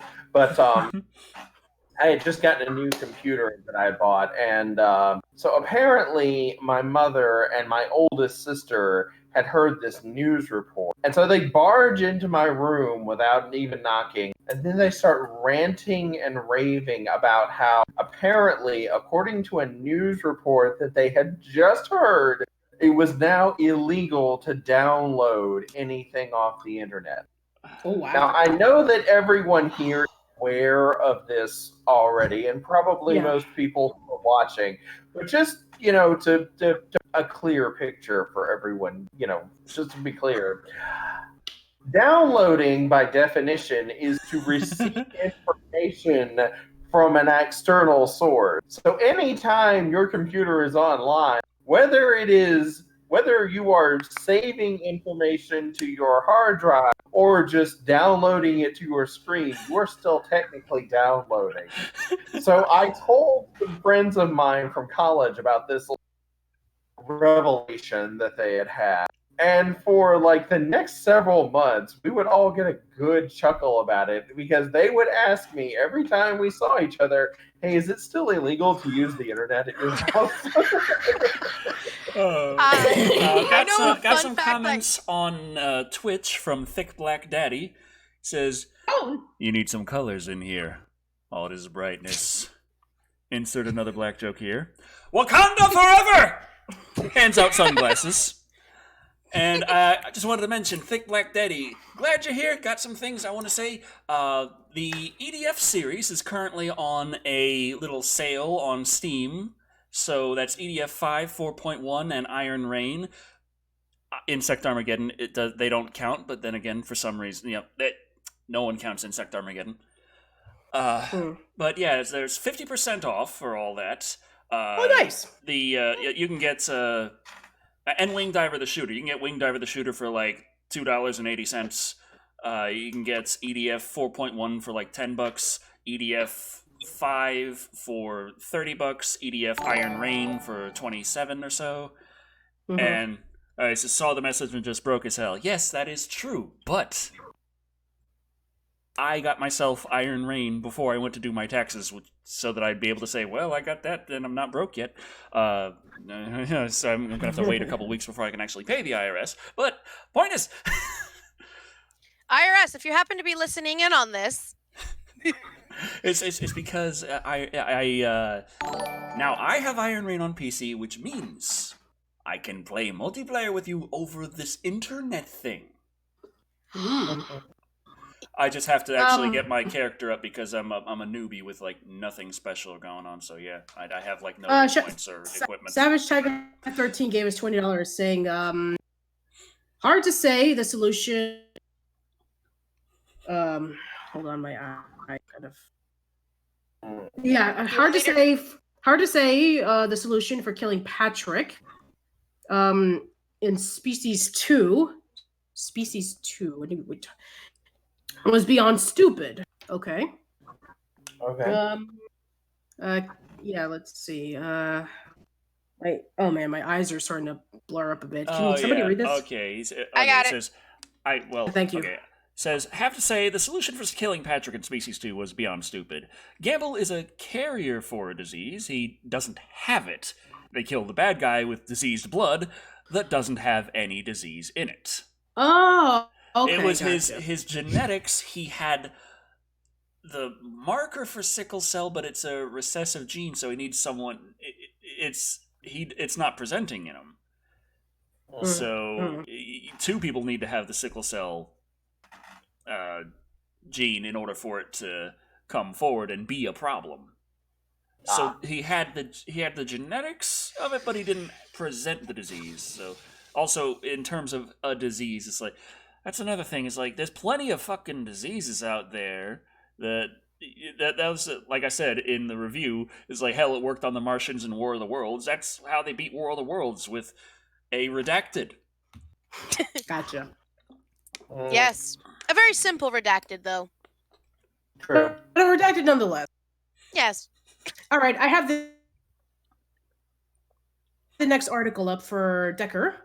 So, we did discuss about this before, about, like, there's been a lot of canceled projects, especially with the buyout between like Fox and all that kind of stuff. So apparently, according to this article, Netflix has been sitting on a particular anime that they unfortunately cannot release at this time. So I'm gonna just pull it up right here. So Netflix has been sitting on a completed Alien versus Predator anime that they cannot release because obviously with the Disney buyout. So if anyway, it's finished though, if it's finished, this is like it's a completed anime. This is like Gearbox sitting on Borderlands 2 on Switch, even though they already have it on the frickin' Nvidia Shield, which is literally the same chip. But they just won't release it on Switch because, fuck Nintendo. Yeah. All right, it's your turn, Decker. I already gave my rant. Yes, but there's more details. It's been a while since the last Aliens vs. Predator movie, or the last Alien movie, or the last Predator movie. And today we're hearing that not only did Netflix and 20th Century Fox produced, that's how grammar works, an Alien vs. Predator anime, but Netflix is reportedly sitting on the completed project. Before 20th Century Fox completed their merger with Walt Disney Company, Perfect Organism, the Alien Saga podcast, was in regular contact with several key players at Fox. During that time, it was revealed to us that an Alien vs. Predator anime was completed for Netflix, and then never released. It's unknown if and or when it will be released. Unfortunately, they haven't shared any specific details through AVP Galaxy, though AVP Galaxy said that prior to the Disney-Fox merge, they had been open to exploring the Alien universe in animated adventures, including one based on 2019's young adult novel Alien Echo. That's a young adult novel. Why? Young adult Alien versus Predator. It's and the name, it sounds like a romance novel. Okay, now I'm interested in it again. Originally introduced in 2019's Alien Echo, Olivia Shipp was... They are asking for trouble. Oh, man. Was set to have her own series of animated shorts, which would have seen an aged General Shipp. Just Shipp in general. Standard shipping, yes. Looking back over her life and career in the Colonial Marines, where she would encounter the aliens once again. Yeah, so so that's basically it. Unfortunately, no announcements if they're going to be releasing this, and if they do release it, then it's going to be complicated. Yeah. I mean, yeah, well, but yeah. But since Fox is owned by Disney, and Disney can release it on Disney Plus. Yes, that'll be good. But alongside which one is the Disney princess, Shipp or the Alien Queen? All of them. Okay. Well, I mean, Disney is known for being stringent when it comes to gender roles. So since the Xenomorph is the Alien Queen, that would probably get the princess title just because it is Disney, unfortunately. Well, she would actually get the lesser used queen title, actually, and she would be under the villain thing, not the Disney Princess series. Does that mean that Sigourney Weaver's character, Ripley, is the Disney princess? Yes. And Dr. Frankenfurter is either a villain or a princess. I can't decide. I don't know. Frankenfurter seems like he strikes me more evil queen than a princess. Yeah, it could be in the villain section as well. Sure. Princess Buttercup would be a princess. Yeah. Now I'm imagining a predator singing Sweet Transvestite, complete with the fishnet stockings. Oh my god. Anyway. Nerdbane says queens. How do you count for Elsa from Frozen? I was gonna say, yeah, Elsa would work. B, if you want to. I mean, the problem is a lot of Disney queens that would be around are technically dead. Wolfwine says I'd let if the alien queen was a hermaphrodite, which would make more sense unless all aliens are female. There was a cut piece that was going to be in Aliens where there were like worker drones. Like they could have been male. I don't know, because like the drone is considered to be like a bee female. system? The warrior is just a. it's like there's a drone and the warrior. They're sort of considered different things, but they serve the same purpose, and they're never in the same movie. So Maybe it's like the Garuda. One But- queen is born every 100 years. there was one that was supposed to be in Aliens where it was supposed to be like a short albino alien that would be responsible for moving around the eggs. Instead, they just kind of they are where they go.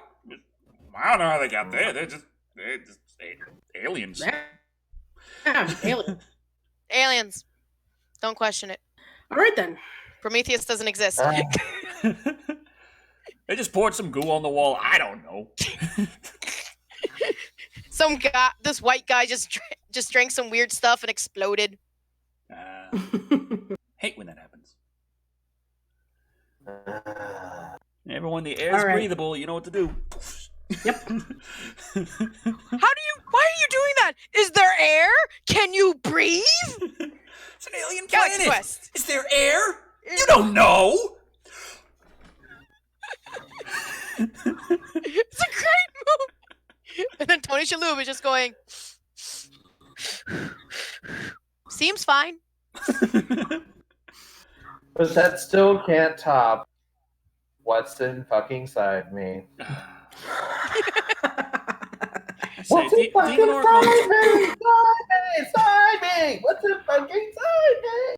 Demon Orc on Twitch says, from what it was hinted, it seems that they are more like bees. Like the one alien in the Alien vs. Predator game, the one alien you play becomes a queen because the old queen was dead. Yeah, that's true. I always wanted to see the Praetorian, though, utilized more. Like, in the AVP game, you don't get... There are Praetorians, but I don't remember ever actually... I don't think you actually could play as a Praetorian in any part, even though she goes from drone to queen. Like, the Alien games, Alien video games, my favorite part is going through all the different... Like, the entire life cycle of the Xenomorph. That's just so fun to me. It's like, hey... I just came out of the egg. Time to find someone's face to jump onto. Hey, I'm in their chest. Time to come out. Hey, I'm gonna grow into a drone now. Time to eat some motherfuckers. Here's an alternate path. You are now inside of a cow. Oh, didn't see this one. No, I know. That's interesting. That's the baby burster right there. I was about to say, wasn't that one? That was the that's the director's cut of Alien 3 before they changed it to a dog. Oh. Yeah, that's the bull, right? Well, ox. Right. Ox, bull, Close enough. cow, sure. Thing All that right. goes moo and gives me beef. There you go. All right. I got the next article. So, okay. Excuse me. All right, so Universal has been trying so hard to getting their dark universe out there. They tried and they failed. They tried doing the Frankenstein movie. They tried with the Mummy movie. They've tried a few Dracula movies, but it didn't seem to work. But then The Invisible Man came about. That turned out to be pretty successful. And so they're thinking about, hey. It's not too bad. I heard it was pretty successful. It's because there wasn't as much studio meddling and they decided not to push the dark universe concept on them. So they got a lot more free reign. Okay. I was making a joke. Oh, sorry. Oh, you haven't seen it. I'm sorry. Sorry. I failed your joke epically. Well, we're not talking about that because apparently, because The Invisible Man did decently, they want to continue riding on this gravy train with their film, which is Dracula. Which is actually interesting because we actually talked about a Dracula graphic novel featuring Bela Lugosi a while ago on Live and Wired. So I guess, hey, let's see if we can go back to Dracula again. There's that successful series on Netflix. Let's have a movie again. Right. BBC's also worked on a Dracula series, and it's being done by Stephen Moffat and Matt Gagayas. And it sucks. Right. That's all I'm saying. I will keep my mouth shut. Redacted. Dracula looks like an accountant. Oh, the horror. Yes, accounting. I mean, Uh, it is like Dracula, as played by Bobby. Dracula being played by Count Von Count. Oh, 100 What? Dracula being played by Edward Cullen. One, 2, 3 dead bodies. Ah. All right, it's your turn to my read, turn? Kat. Yeah, I think so. Okay. Yay, it's my turn. I get to be useful again. Yay. I can stop playing Cat's Cradle. Hold on. Oh, I've heard some news about this.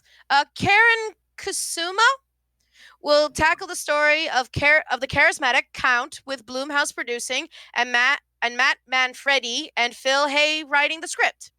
Universal's MonsterVerse, Left 4 Dead, after the mitting box office returns of 2017's The Mummy, I will keep my opinion about that movie to myself, is now back on track. Just don't call it the MonsterVerse this time.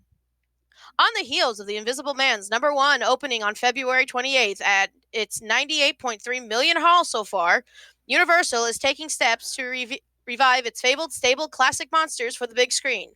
But the new batch of films will be standalone, moderately budget efforts rather than big swings with an interconnected movie universe. Thank you!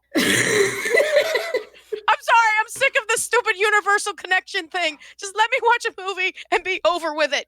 Let me jump in and jump out. That's it. Sorry. That's what he said. The latest is the new Dracula feature that Karen Kusuma from Destroyer will direct, The Hollywood Reporter has learned. Jason Blum's Blumhouse Productions, which helped kickstart the new monster movie line by making The Invisible Man for only $7 million, is in the midst of setting up the vampire thriller and is producing. We save so much on effects. We just point the camera and say he's there. Right. It's not complicated. Nah. The project isn't housed at Universal yet, and technically it could be made at another studio because Dracula is in public domain. But that is highly unlikely given that Blumhouse has a first look deal with the studio, and Universal isn't about to let one of its iconic monsters escape the fold. Like The Invisible Man, which has had a contemporary spin on the classic H.G. Wells novels, a new Dracula would take place in modern times. Oh, tiny red flag right there for me. Sources tell THR. Matt Manfredi, and Phil Hay, who have collaborated with Katsuma on a number of films, including Destroyer and The Invasion, are writing the script. The Dracula development comes on the heels of another legacy monster project being set up, an untitled thriller to be produced by James Wan. Scroll, please. Oh, yes.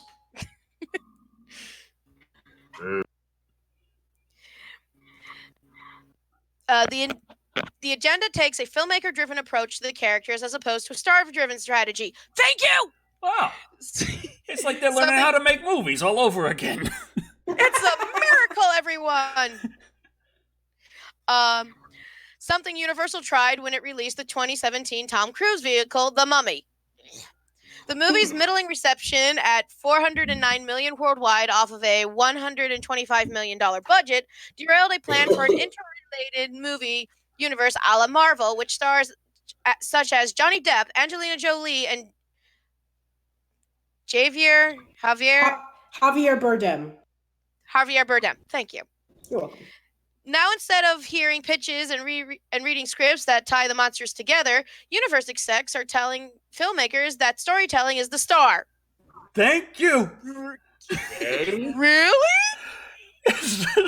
We're going to try this crazy new idea called writing a good movie. We're going to try this crazy thing. We're not going to connect everything and not be badly annoying. Anyway, instead of where was I? It's a best ideas wins approach, says one producer. It's the best idea, period. And they are having the filmmakers find the individual stories. The studio is working with filmmakers such as Paul Feig, Elizabeth Banks, and John Krasinski, even developing multiple takes on one character, sources say. They have multiple irons in the fire, but not all will become real, says says one agent familiar with the studio's plans.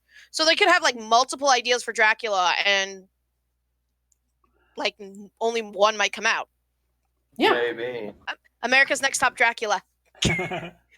I only have one script in my hand, and the two of you. Sorry, can't remember the bit. The movie doesn't have a strict budget range, though moderate ranges seems popular at this stage. Yeah, so you can focus on storytelling. And no projects seem to be ready to go before cameras.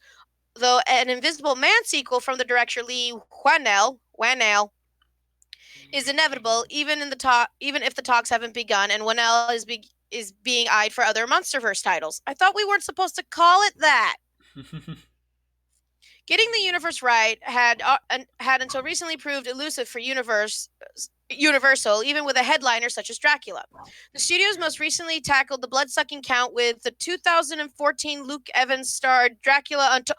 I remember that movie, which earned $217 million worldwide. It shows that being very agile, they were able to. I was given Dracula Untold as with a DVD and told, "Hey, you could review this sometime." I'm like, maybe I'll think about it. I don't know. I got a lot on my plate, but I have the DVD. I don't know. Yeah. It shows that being very agile. Yeah, very agile. They were able to pivot and try new directions, said Comscore senior media analyst Paul Dergabiden. Paul. Just Paula Decker on that one? Paula Decker. No, Paula Decker, not Paula Decker. God damn it. Sorry. Redacted. Had Invisible Man not worked, they would not have been that would not have been a cause of concern, but this sets them up very nicely. Kasuma is no stranger to the horror genre, having helmed the Diablo Cody penned cult classic Jennifer's Body on the TV front, and has also been busy directing a number of episodes, such as HBO's Freshman's hit The Outsider, based on the Stephen King horror crime novel, and the Showtime Billions. Right. Kasuma is repped by ICM and attorney Something Patty else to drink Felker. to. That's a TV series. I don't think it counts. I could make it work. You just do one episode a night. Yeah. All right, that's pretty much it for the most part. We actually have a comment from Sebastian for 5 Canadian. What do you think of Sony's Sinister Six verse? Do you think Venom and Morbius would exist alongside Holland's Spider-Man? That'd be interesting. I've only seen Tom Holland's Spider-Man, so Yeah. I don't go out and watch every superhero movie, but I saw Spider-Man: Homecoming, and I enjoyed it. Mm-hmm. The one person I saw someone who said just copy the book. The problem is, and as a person who has actually read the book, and wishes I could link to a person who actually explained why you can't really copy the book to movie form, it's because the book is set in there's news articles, diary entries, it's in semi-multiple perspectives, and it's a very slow burn, if you will. It is. Right. And Dracula's also when I did Dracula's not in it for very long. the article, not you. I wasn't saying that you talked too much. I was talking about the article itself when I did that. Oh. I meant the article itself kept going on. Never mind. Forget I did anything. I'm sorry. I didn't see you do that. I had the full screen to read the article. Oh. No, but so it's a slow burn and it's a slow move and it's like tension and ambiance. OSP tried to do a summary of Dracula in the same style. That video was about to be 45 minutes long. Right. So it's really hard to take this book into the movie. It's the same issue with Dr. Jekyll, Mr. Hyde. Right. If you've actually and Frankenstein, really. Yeah, Right. pretty much. I think I saw an old movie of Dr. Jekyll and Mr. Hyde that was like 40 minutes. Yeah. Did it have David Hasselhoff singing? No, it was much older than that. Was it black and white? Yes. Oh, well, which one? Is it the 30s one or the 40s one? I think 30s. It was very, very short. And had a whole lot of overacting. And no sound. That sounds like it. Yeah. Anyway, Zaki Neko. Decker did get the digital movie I sent. Where did you send it to is the question. I don't believe I did. But I think it worked out. Aye. Thank you very much. I will Thank you. figure this one out. Okay. Well, let's see. Let me see if I. Oh, go ahead. Sorry. Yes, Sean Washburn, we have read that comment, although it most likely already popped up by now, knowing Also, lag. Dark Solid X dropped 100 bits on Twitch saying, Decker, all of this talk about the Monsterverse, you could do Monsterverse movie reviews. Don't have to do all of them, just the ones you choose. Do the whole Mummy series, including the Scorpion King. All of them. You The just Summer of the Mummy. You just want CGI The Rock face Yes. for all to see. Yep. I originally loved those mummy movies. It was wonderfully written to me, but it was hokey and it was good, and people need to respect them. Zaki Neko77 said, sent it to Creepy. Creepy? Wake up. Creepy. Grandpa? You're awake. He's awake. I'm awake. Zaki Neko77 said, sent it to Creepy, as in the movie digitally. Did you get? Your he said audio. Oh. No, I mean your audio, Decker, cut out. I didn't get all No, of it did that. not. My audio is perfect. It's the damn squirrels chewing on your lines again. I You can't always blame the squirrels, Decker. Well, what's wrong with my audio? Can't blame them either, hear me. Creepy. Everyone else can hear me, correct? Well, you Yeah, did I cut can hear out. you. Son of a bitch. So, Creepy, did you get the movie from Zaki Niku? No, I did not. I have not received a movie yet. And a I checked digital movie. Oh, digital movie. Don't think so. Did they send the movie? Where did they send the movie to? That's the question right now. Yeah. That's the mystery question. The question of mystery. Email. I have not received anything in my today. So Yeah, it could be anywhere. I mean, if it's not email, then maybe they sent it via YouTube video Google code. Hey, or Patreon Google messages. Drive or Yeah. Dropbox. nothing Like on upload. Patreon that I'm aware of. Nothing on Patreon that I'm aware of. They might have sent it to Facebook though. Okay. Yeah, check Yeah, everywhere you get messages. Yeah. Yeah.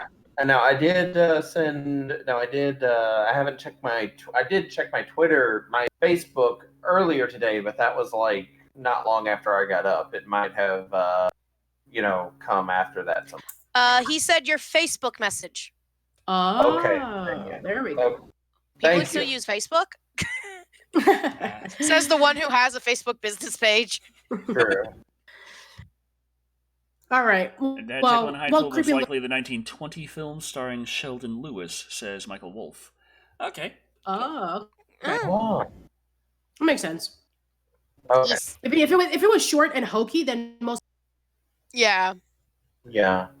Anyway, I got the next. I like the article. classic movies. Oh, the overacting. It's fun. Sorry. Go ahead. I remember seeing the classic Night of the Werewolf film when I was like about 2021, something like that, and I really enjoyed it, like a lot. Mm-hmm. Someone actually explained the overacting in early movies is because everyone overacted on theater stages, and so they were transitioning and everything, and some people go, the way they talk is weird, and then someone goes, I have been listening to random audio of random people from the 1920s. They talk like that normally. Yeah, theater acting and film acting are actually two different things. So Yeah. And voice acting. For sure. Yes. And voice acting. So Hollywood, quit hiring actors who don't know how to voice act for your productions. Troy Baker's over there. But we don't want. But what about Chris Rock? I mean, how's he going to make his $50? Dale says you guys straight up disappeared for 20 minutes there. Did a redacted slip through? It's spreading. Okay.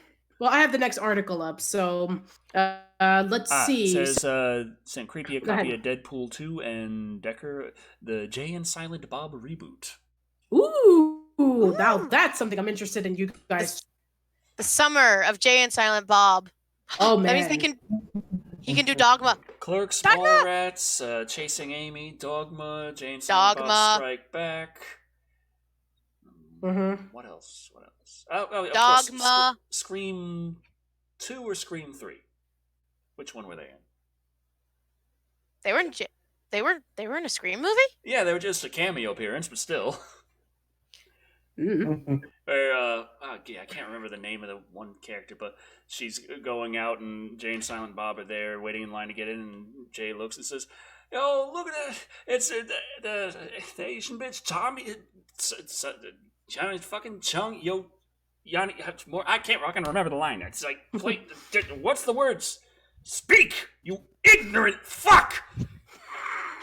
He can only Okay, speak now in dramatic soliloquy. Okay, calm down. Okay. Calm down. Come on. Raindrops on roses, whiskers on kittens. Roberto Iglesias Sanchez sucked. They were in 3. It sucked. Okay. Yes. All right. The bad Scream film. Aren't all of them in some small little corn nugget? I guess. Anyway, I have the next article up, and so this one is actually a renewal. So back around October, if you remember, Nickelodeon did a 3-part miniseries based off of the revived Are You Afraid of the Dark? And it's something actually Creepy and I talked about in a podcast back in October, almost a year ago, actually. Well, apparently it did so well, according to the Nick Upfront 2020, that they are renewing it for a second season. Okay, I have been perked. It's my turn to read this time, so No, here we go. I just perked up with interest. Oh, okay, that perked. Gotcha. I know. I was just like, okay, listen. Are you afraid of the dark renewal? Go on. Gateway Horror is alive and well at Nickelodeon, who had just renewed their Are You Afraid of the Dark revival for a second season. The episode order was not, and although we're told it to be more than a 3-part miniseries that debuted last fall and ran throughout Halloween. The anthology series returned with fresh scary stories in a new Midnight Society, a group of kids who tell a terrifying tale about the Carnival of Doom, only to have the events of the story come to life. The new members included Gavin, played by Sam Ash Arnold, Akiko, played by Maya Sesh. We have Louise, played by Tamara Smart, Graham, played by Jeremy Taylor, and Rachel, played by Leilana Ray. The Carnival of Doom's ringmaster, Mr. Top Hat, was played by Raphael Cassell. A gorgeous production, a talented cast, and a clear reverence for the material make for a compelling introduction to a limited event in which both the young and old will be celebrating, said Megan Navarro, who wrote in her review. It is a classic series we loved growing up. Ace Entertainment returns to produce with Ace founder Matt Kaplan and Spencer Berman serving as executive producers, says Deadline. It's unclear if writer Ben David Grabinski and director Dean Israelite will return. The first season of Are You Afraid of the Dark was the #1 live-action series on cable TV of all kids' demos. So that's why it's returning for a second season. Aha! Potential a lot of money. There you go. Well, I mean, it isn't doesn't it help always that all about the rest money? of the kids' shows these days, dang old kids don't know what entertainment is. Back in my day, we had cartoons of Jaws, and we liked it that way. Motorcycle US gave us another $2 saying creepy Batman at Gem remake. Gem concert for a Case. For a case. Oh god, Batman at a Gem concert. I don't think he can blend in. Not unless he's wearing that Hello Kitty outfit, the Hello Kitty version of his outfit that I remember someone doing fan art of. Yep. No. So much pink. It's all pink. I think he'd complain about it being too bright. True. It's too bright here. It's too bright. Why can't I be watching the Misfits? This is not as bright. I can imagine that Bat watching it with Barbara, and then she would just turn to him and says, "This is only beginning, Bruce." Puddock says you say that, but the Double Dare reboot got high ratings, but still got canceled. Yeah, that's true. I think it's because it was missing a little bit of that spark. You know what I mean? That little oomph. Right. I'm not going to say it was missing Mark Summers, but because Mark Summers was in there. That is true. That man's ancient. He can't do the games anymore. Well, yeah. I mean, even though that he has left there, I mean, he's doing an executive producer, so he's still in the game. Decker, are you putting on your tinfoil hat now?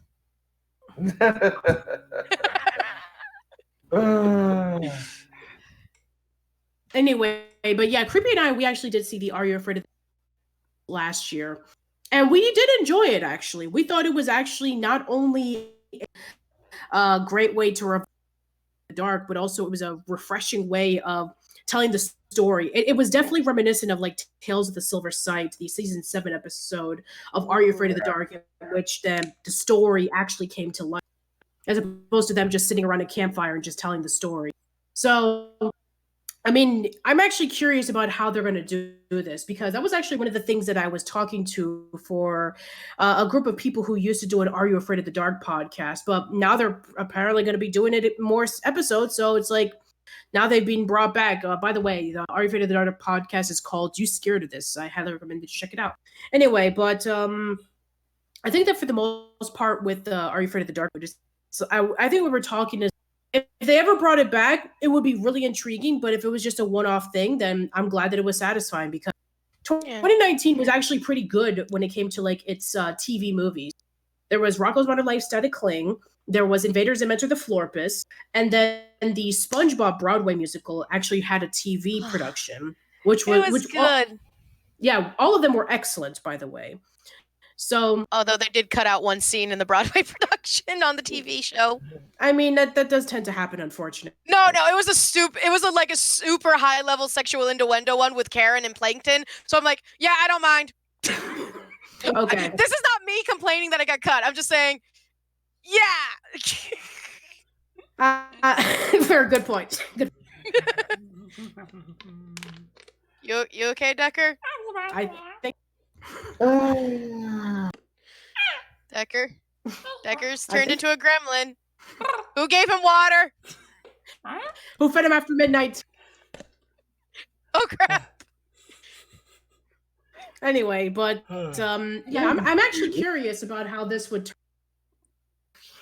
Next year is going to be the 30th anniversary, I'm sorry, because it premiered first in Canada and then it premiered in America about a few months later. So that would probably give me the opportunity to like look back on the series and decide on, which are the best of the episodes right before the new revival happens. Kind of like something similar to what I did to the season. We're pulling in on 2.5 hours, so I'm wondering, should we break into YouTube news?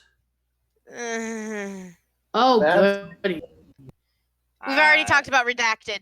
Yeah, that's true. You can't redact it, because the redacted will get you with your redactedness, so we gotta redact all the redactants. Say redacted again. Redacted. Redacted. I am a Dalek, apparently. No, actually, you would be a Cyberman, because they would go delete, delete, delete. Redacted. Ooh. This is our lives now. Yeah. This is our lives now. Anyways, if we have to get let's see if there's to be quite honest, I haven't actually looked up anything on you. Oh, creepy. We could do that one bit of news that I shared with you. Okay. Oh, yes, please, because I mean the only bit of YouTube news that I got close to getting was a Twitch news, but that's not you. So okay, but Decker has to read the article. Okay. Okay. I got it. Yes, send me the article. I'll bring it up on the screen. Gotcha. I'll just send it through Discord because that's what I have. That's fine. That's fine. Message. Thank you, me. Oh, cannot be delivered because disabled direct. I'll just put it in the chat room. Yeah, that's Okay. fine. Let's use the simple method, Kat. Yes, Okay. this is the one. Got it. I know it looks. Hooray! Let's take a Yay! Please Let's take a load. look. See what Please load. Please load.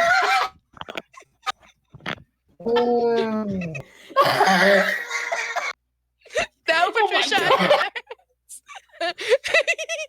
Okay. Okay. Now you We gotta understand get why we through. want Decker to read it. Yes. Here we go.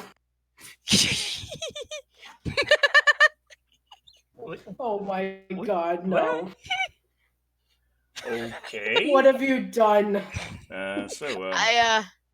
According to the U.S. Securities and Exchange Commission, actor Steven Seagal has been charged with unlawfully touting digital asset offering. What? Did he just blank out of audio? I think he did. What? You mega redacted. I can still. I hear me. Look, I'm still coming through. Okay. Everyone says Alright. they hear me. Okay, go ahead. Please continue. Okay. February 27th, 2020. The Securities and Exchange Commission today announced settled charges against actor Steven Seagal for failing to disclose payments he received for promoting an investment in initial coin offering, ICO, conducted by Bitcoin 2Gen B2G.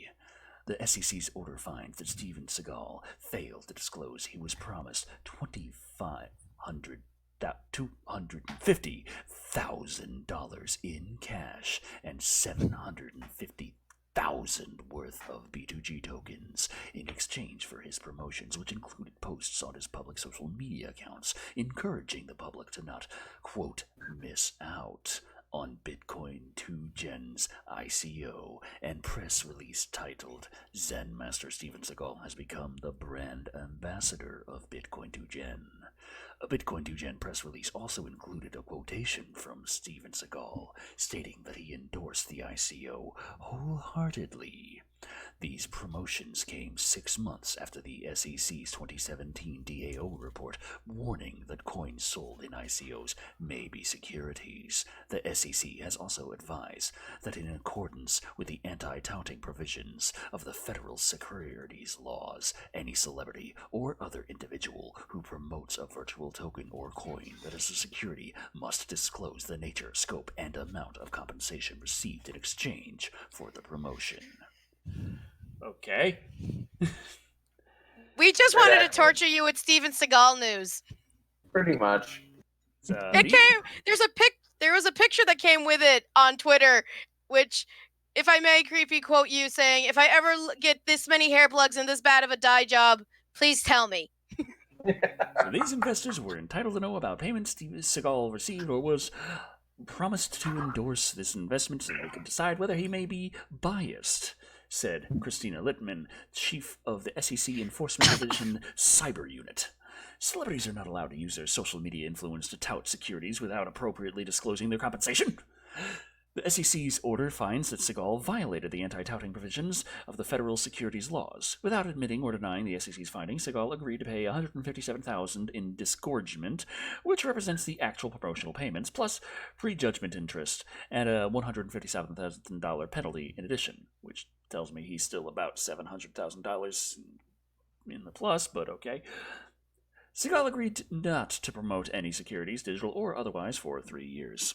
The SEC's Office of Investor Education and Advocacy cautions investors to be wary of celebrity endorsements and always independently research investment opportunities. Learn more in this investor bulletin. The SEC's investigation, which is continuing, is being conducted by Pamela Sahri, John Daniels. I can't read your names. Okay. So, Allison Seagal Levine. Yeah, Seagal news, yes. So apparently he's completely failing at his own cryptocurrency. yeah. I mean, this is just as bad as when we were reading a few years ago about him being the ambassador between the U.S. and Russia. Patrick God. Johnson That was says, a thing. but how did the SEC get past Seagal's Seagal powers? Simple. It was This wasn't one of his movies. I was going to say, not one of his movies. Planets weren't aligned. Chakras weren't aligned. He forgot to drink his green juice. His stunt double was on vacation that day. Yeah. Goji Thriller 66 is here and says, "Hey, what did I miss? The show. Most of Yeah. it, all of it, 90% Sorry. of it. Jazz hands. Podunk said, so you can't just flaunt Bitcoin like you can flaunt any other shady product on social media. Well, kind of, sort of. See, there are laws, at least in America, and the Kardashians have actually been hit hard with it, as well as Cardi B, about disclosing this is a paid promotion, this is a paid thing, we are hashtag sponsored, that stuff. They are required by law to tell you when they're basically advertising. So let me tell you about Raid Shadow Legends. Okay. But yeah, it's basically you are required by law to say this is an advertisement. Oh, yeah, I don't really. Me gushing over EDF though, that was just me gushing. That's what I do. Yeah. Yes, there's a difference. EDF hasn't knocked your door over. Yeah. Sorry. I don't think they could afford to pay me to promote their game. Have you seen how cheaply they make the game? Jake Lee gave us $5 saying, "Hello, I'm a big fan. Please do Godzilla 2018. I would love it." I did do the 2018 Godzilla. You did Shin Godzilla. Oh, and you did normal 2018 Godzilla. Sorry. Yeah, he already did it. If you're referring to Godzilla King of the Monsters, then that's a completely different story. And also in Kardashian news, apparently they're now getting hit with some charges. Well, I don't care about the Kardashians. I just care about people's health and well-being. They're potentially Netflix Godzilla. They're getting hit with charges for promoting healthy belly teas that actually could cause major harm to their clients. Oh, joy. So, yeah. So potentially they could. The basic things: review every Godzilla, and if possible, with Creepy. What did Creepy say? Mm-hmm. Oh, and yeah, you're right. There is the anime trilogy of Godzilla movies, which is good and actually has, according to Wikizilla, the largest Zilla in all of the Zilla history. Yeah, but all I did was stand there. He's the largest Zilla. I wonder why. There was nothing for him to do but just stand there. He's part of the planet. It's like they declared war on a country, like literally the landmass. They're trying to like. Yeah, I think it was like he was part of the planet because they like established like there was like wood roots or something like it on him. I haven't seen the. So that's why he doesn't fucking move. Yeah. This is what I do. It's either I'm binge watching Creepy and Decker, or I'm binge watching Wikizilla, or I'm binge watching something. Usually, Food Network. King of the Monsters 2018. Yeah, that's been a big request for a while. That's what. And I have it. I intend to review it with Creepy. I just haven't been able to because I suck. I am a terrible YouTuber. You don't suck. It's called Life Hit You Harder Than a Box of Bricks. Hey, I wonder if a box of bricks would have been more pragmatic than going to. Nah, I wouldn't have actually got the bad tooth. It would have gotten all the other ones. Fair point. Dang it. Mm-hmm. Or you could have done what by. Sorry. I remember that for years, I was like the ugly one, the one that everybody hated, and then Decker and all of a sudden his comment section were filled with things like, Decker, did you know that your teeth are horrible? Or you've got like this big cavity that I can see now. My friend Shrub actually goes, aware. I thought my teeth were bad.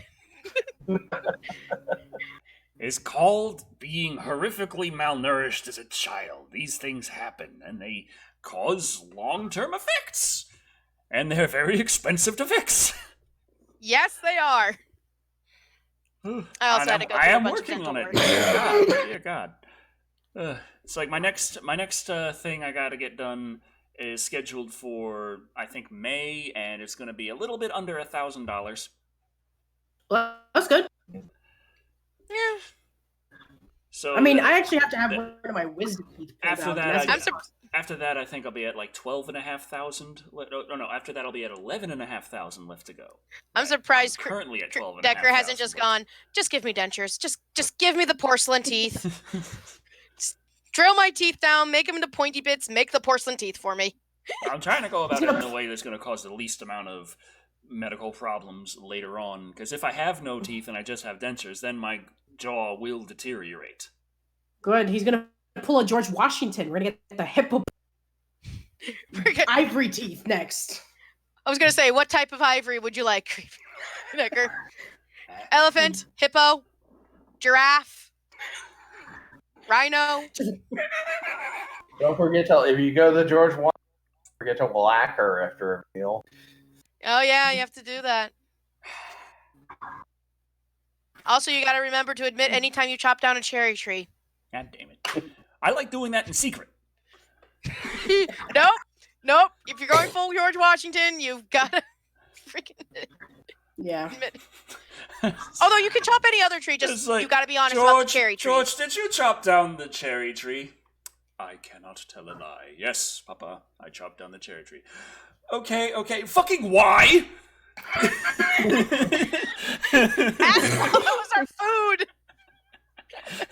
Also, if you're going to George Washington, you have to die the same way he did. You have to charge naked out the back door of one of your mistress's houses. I thought he died of freaking bloodletting.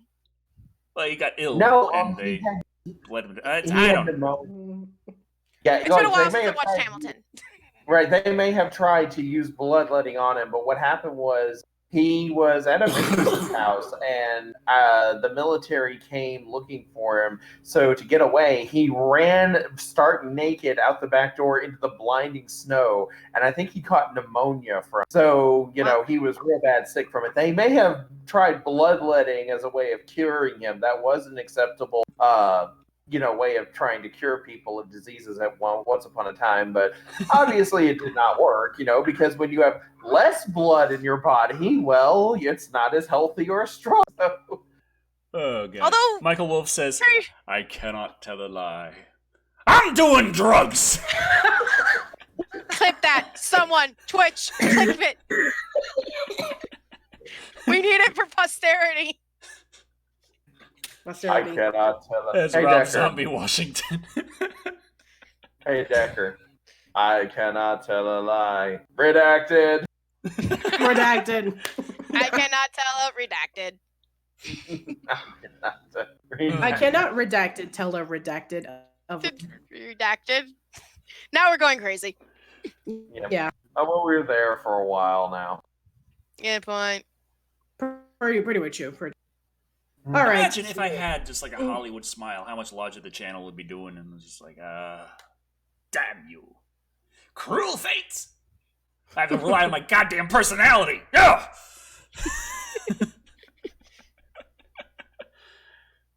Live and Wired. Not as weird as the History Channel. Good point. We have not covered Ancient Aliens yet. Shall we talk about aliens now?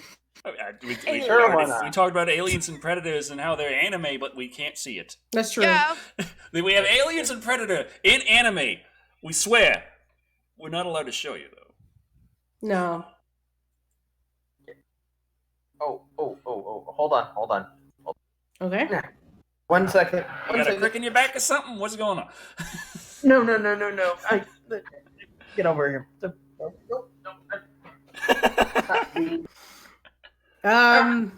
Gotcha. Oh, it's Floor. Hey. Mm-hmm. It's been a while since I've seen you. Daddy.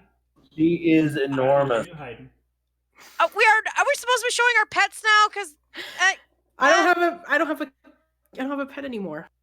grab a plushie. Mine died about 10 years ago. You have a hermit crab. Yeah, they're over there though. I also have a cat. She just doesn't like being held. Dobby doesn't like being held. He doesn't like being held by me. Oh, see. If I go anywhere near him, it is claws out, teeth chomping time. Actually, he doesn't claw much. He just bites, like hard. Draws blood. Ugh. So... Sebastian Emon gave us $2 Canadian. Next 11 Wire, Stephen King's Walker. Which one's Sleepwalkers again? So many Stephen King movies. I don't know about next, because I'm supposed to give this 2 weeks to heal, and it was out on Monday. So it would have to be specifically 2 weeks later, which I like to be the news ones. I like the... I like this drinking game wants to be extra. It's just a thing. It's just I just like yes. Well, Patrick Johnson just wrote an interesting comment. what do you say? Decker has to read it. It's his line. The ancient aliens Gotcha. left us but one message. I'm doing drugs! Experts are still trying to decipher its meaning. Yeah, that sounds about right. That's right. Oh, it's that one. Okay, it's the one with the cat people. Uh, Cat people. oh, Creepy. Hmm? Do we want to leave you alone for a while? No. I don't mind if you all watch. all right. All right. Well, That's a little I fuzzy. actually.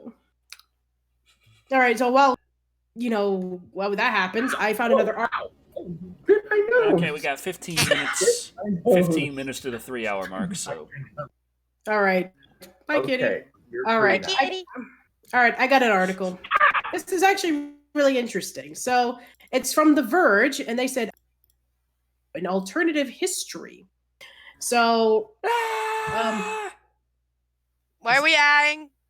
So is this the universe where I'm still working at Kroger and hate my life, or is this the one where I took the flight out of that? yes. Let's see. So if Creepy is available, then it's his turn to read. Okay. It's easy if you try. Imagine a world without YouTube.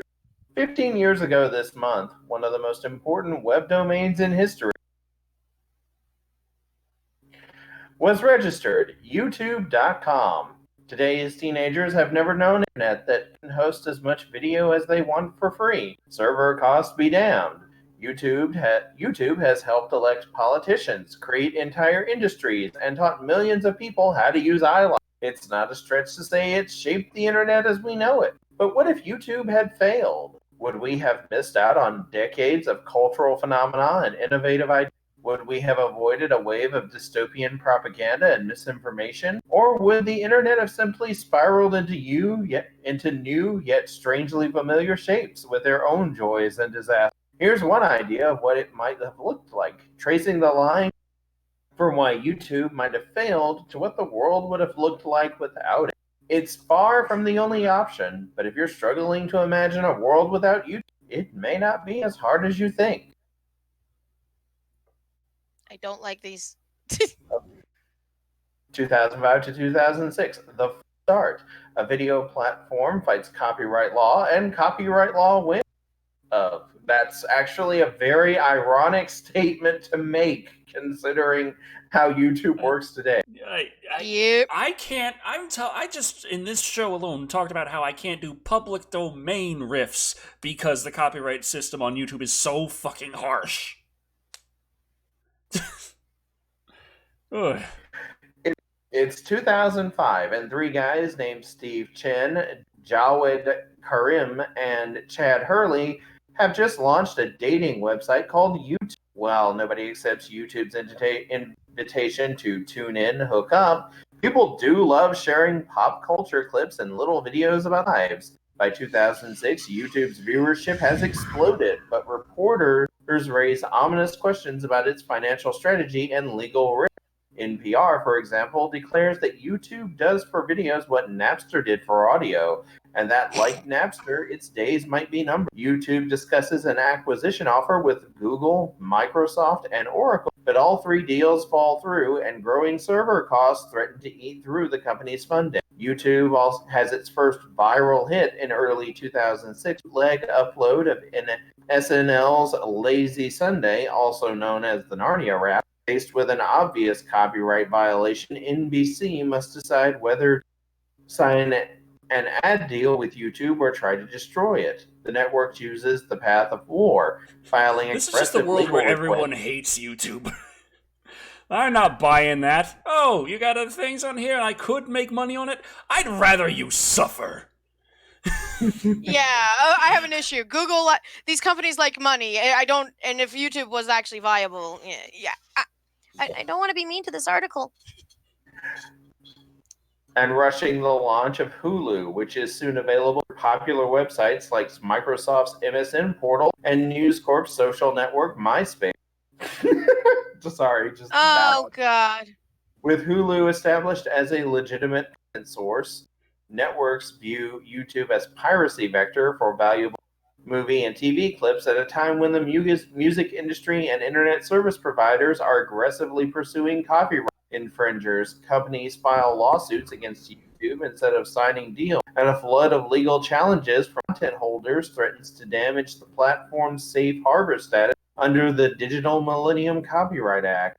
Without YouTube, Google focuses on its existing Google Video Service. It shifts focus to expanding a recently acquired stake in AOL, reviving plans for a joint venture with Comcast. Focusing on search and advertising services for other web portals, it's largely seen as web software and was that only okay? Okay, I was about to ask. That was abrupt of an ending. Yeah, I'll say. Facing high bandwidth costs and no revenue stream, YouTube declares bankrupt. Apple quietly hires most of its talent, assigning them to an iPhone video chat system called Venice. And they were paid in Egg McMuffins. The fallback. As YouTube descends into bankruptcy, media companies start buying up lower-profile video sites instead of letting anyone immediately post it. These companies implement a review process and focus on nurturing stable of internet stars, often poached from YouTube, including a teenage singer named Justin Bieber. The resulting don't worry, guys. Justin Bieber still becomes a star. Dang it! I was hoping that was the one good. I was gonna say, well, Justin Bieber doesn't happen. Well, there goes the one good thing. The one good thing. The one.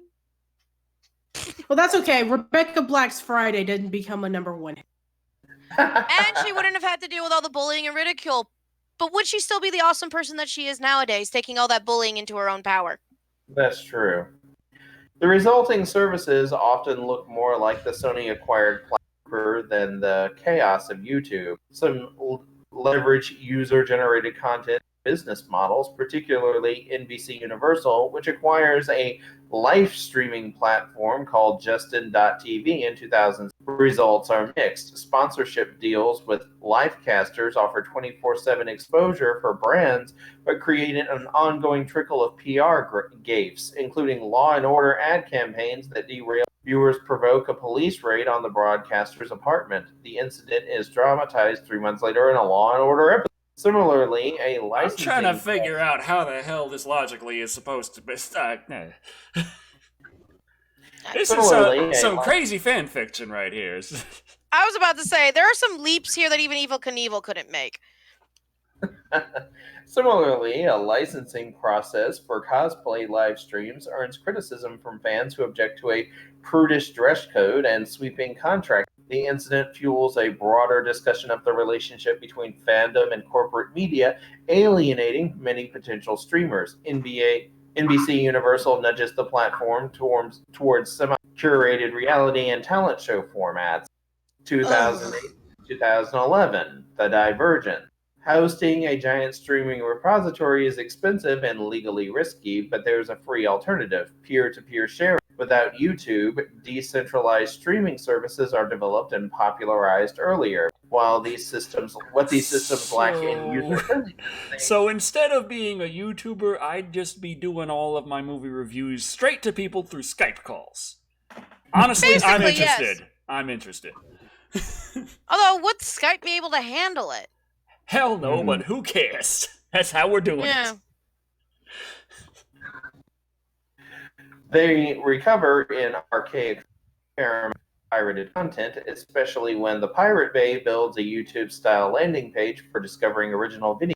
Their distributed design makes videos easy to create and difficult to fully erase, and dedicated local networks also spring up on college campuses and high schools. As Apple's recently released iPhone grows in popularity, the company launches FaceTime, a video calling service that supports both one-on-one chats and small-scale broadcasts. It promotes the feature with a series of heartwarming ads, including an estranged family that reconnects over a shared viewing of a high school musical. Somewhat unpredictably, the appetite for broadcasting drives performers and audiences to hold events in massively multiplayer games and virtual worlds, particularly Second Life, which is acquired by Microsoft in 2010.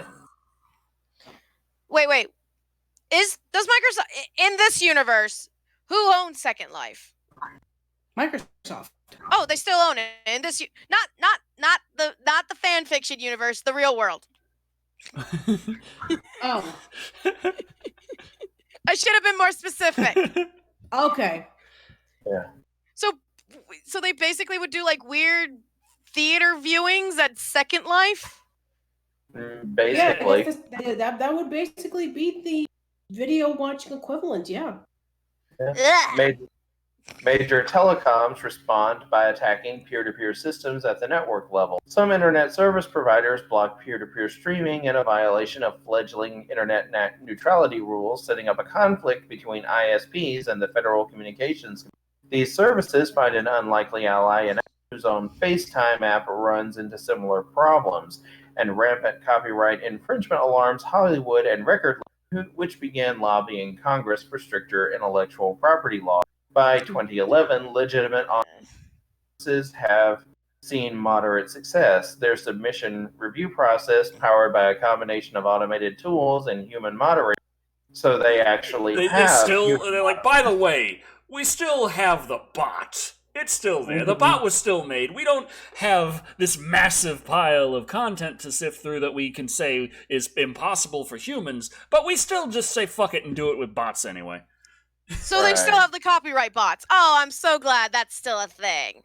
Yeah, absolutely. I mean, like, innocently watching a video. Oh, a bot's gonna secretly come, breaking privacy violations. But no, they're just doing it for, our own protection, because of course. Oh, yes, because the celebrities who are making tons of money making other things need this. I was like quickly stemming the growth of child abuse material and disturbing videos aimed at kids. I don't know if they just forgot what the internet was before YouTube. Wait, shit was around. Could you repeat that, please, Decker? You kind of cut out for me. It says, it drastically slows the posting of videos, but it heads off some serious problems, quickly stemming the growth of child abuse material and disturbing videos aimed at kids. And I was like, do you just not know what the fucking internet was before YouTube?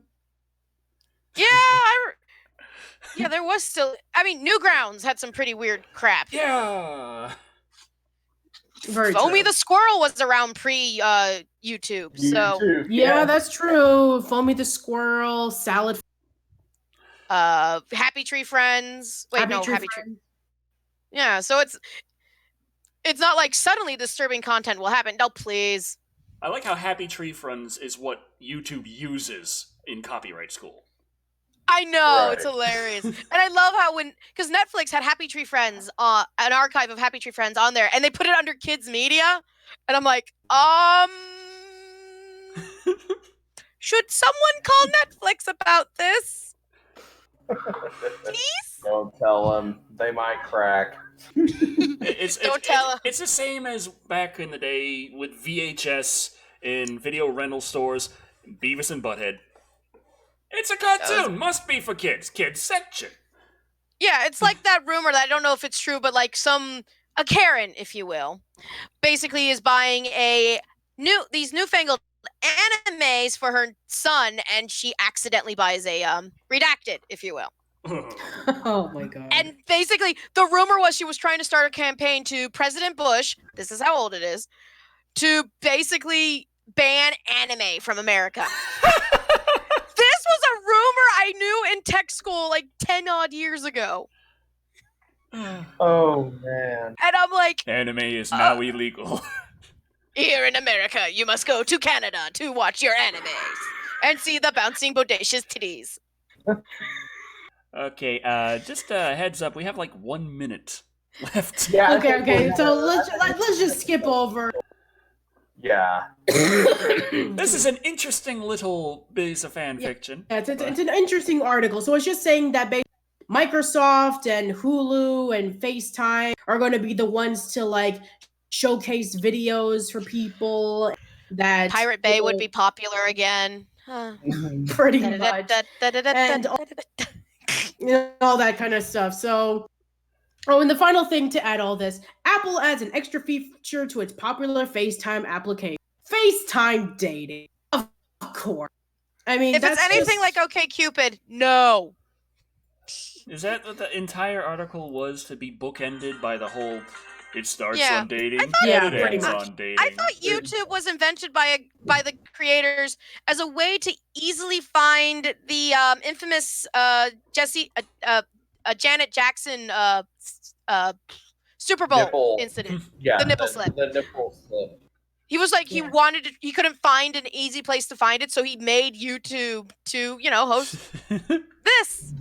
Yeah. I go, was the hub of corn not a thing yet? No, it wouldn't have been.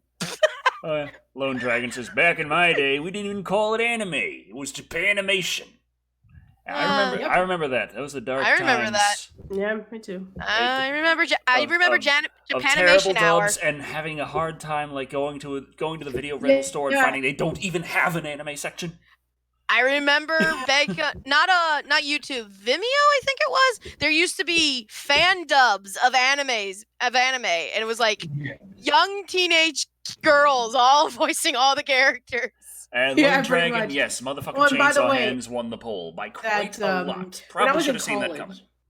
When I was in college, I was part of this huge anime club, and that's how I was first introduced to like a whole bunch of BitTorrent websites where they used to have fans translated stuff, and then they would just download it illegally from an internet, and then they would download it into like CDs for people to spread around. And, that's how you make the money.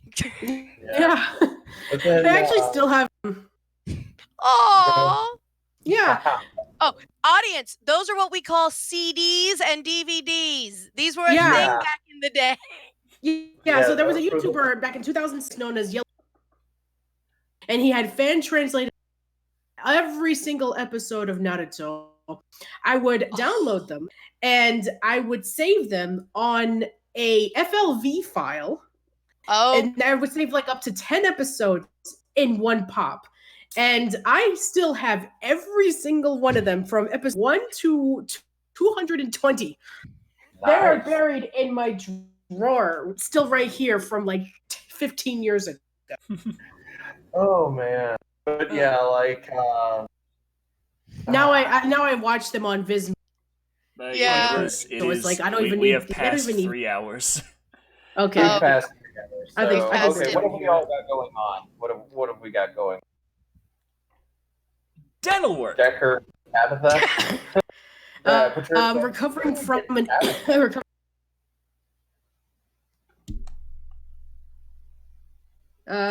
Scott Duncan was asking, what is y'all's first anime besides Pokemon and Sailor Moon? Sailor Moon for me, as well as technically the last ending bits of Dragon Ball Z, which I never really watched. And I remember as a kid, the little old lady who would watch me before going to school actually would say, "This show is too violent. You are too young to be watching this." This is the end Devil credits. Hunter Yoko. You had to be the odd one. Devil Hunter. Also, you ain't heard of Devil Hunter Yoko? Her name Yoko. She hunt devils. That's what she do. Mine was actually something that I saw when I was about 6, I think. It was called Ninja the Wonder Boy. I believe it is still available to watch on YouTube. It's just been broken up. But it was an anime series in Japan, but they cut and pasted it together and dubbed it and made it into a movie and called it Ninja the Wonder Boy. And I remember that being like 5 or 6 years old and seeing this, and I was just kind of in awe of it, and I knew that whatever I was seeing, I wanted more of it. But it would be like a good decade or so later before I saw any more anime, and that was when I started watching like Sailor Moon and so whatever was available, and then Toonami became a thing, not long after. So yeah, I still hate Toonami. My very first anime was an obscure cut and paste movie job that was poorly dubbed, of course, called Ninja the Wonder Boy. Yeah, pretty much. I think one of the more grown-up ones I think I watched was Neo Genesis Evangelion, as well as Fooly Cooly. Ah, yes. The Fooly Cooly. I just remember like the first animes I saw were just Devil Hunter Yoko, and of course there was the girl from Fantasia, and Taro Dragon Boy. He has a more eclectic taste. It's Very not much so. taste, it's just the first freaking one saw. All right. Well, I hope that answers your question. Yeah. Yeah, I think we should just talk about what we got going on. Very true. I'm going to be watching more anime, so we'll stop looking down on me. We're not looking down on you. It's just like you just gave an answer that isn't the atypical answer. Excuse me. Tiny Chihuahua go yip. Also, the mermaid's flesh. That was another one. That was The a mermaid's weird what? fucking... Mermaid's flesh you is ever- a Wow, weird we're- fucking one. Yeah. It's a So horror anyway. anime. Just putting that out I there. see. So, Patricia, what have you got going on? Well, excuse me. Yeah, I've been recovering from my flu over the past week, ever since I got back from my vacation. But as soon as I recover, I actually do have a few episodes of my podcast recorded. I actually interviewed a few special, and I've been working on my video on from pilot to final product on Avatar. Look back on the original pilot and I compare it to the series. I was supposed to do that a few weeks ago in honor of its 15th anniversary. But then I, went on vacation and then I got so yeah. But I do have some other stuff coming I like how that I YouTube really redacted out the S word. yeah. It Yes, was all I fine was, until the redacted nation attacked. yes, I was redacted for a week because redacted. So yeah, that's what I got coming. Right. What about you, Kat? Oh, you mean minus working on the thing I'm working on with you? Yeah, minus that. I have a thing for. I mean, I do a thing with the musical Hell. I just make her title cards. A title card will be coming soon. That's mine. So you can, before you start the movie, just look at it for like 2 seconds and enjoy the art. That's cool. And I also still need to post up the one image I did of Decker. I've been busy. All right, what do you got? I have a gem review that we'll be posting very, very soon. Hopefully, I will get back on Midnight Wing Theater. I hope and do another Supernatural spotlights. But Gem, and then I believe next is Batman. After that, so Okay. All right, and what do you got, Dick? I'm still working on the March of the Clowns. Ah, yes. It's been slow going. Then I got interrupted by taxes and all kinds of stuff and finding out about all these other things and this. And redacted. Yeah, why didn't no one ever tell me about the whole quarterly thing? Like, it was kind of like pulling teeth finding out why I was getting this extra fine at H&R Block. And and I know about pulling teeth. Yeah, I'm just saying. he does. That, cause it was like I'm looking and it's like, Eddie, here's what you owe with this, that, and it's like $4,500, and then it's down there. It says it's like $200 of fine, and I'm like, what's that about? And I'm like, you got a fine, and I'm like, 4? And I'm like, well, you got fined. I'm like, 4? And they showed last year there's a $70 fine. I'm like, well, you got the same one last year. I'm like, 4? Can I know why the IRS wants as well? I'll give them the money, but I'd like to know why they want it. And as it turns out, there's no one told me about this, but when you are self-employed, you have to make quarterly payments if the amount you're going to owe is going to be at least $1,000. You have to make quarterly payments if an estimated amount based on your last year's taxes. And if you don't make this payment, they fine you, even though you don't owe them the money until your taxes are due, and I paid it on time, but for paying it on time, I incurred a late fee, effectively. Mm-hmm. So I have to make the quarterly payments, but I was been looking it up because I'm trying to find anything I can on this, and it's even looking it up, it's not telling me most of what I need to know. But it did tell me something very interesting, where it tells me that if I pay more than they estimate, I'll also be fined.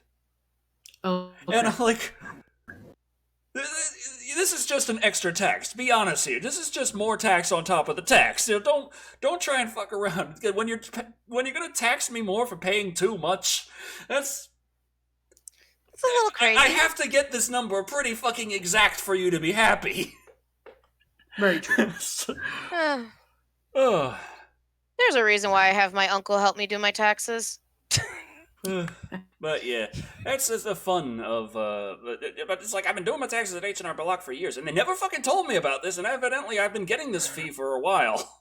I just saw it listed on the thing, and I'm like, what's that?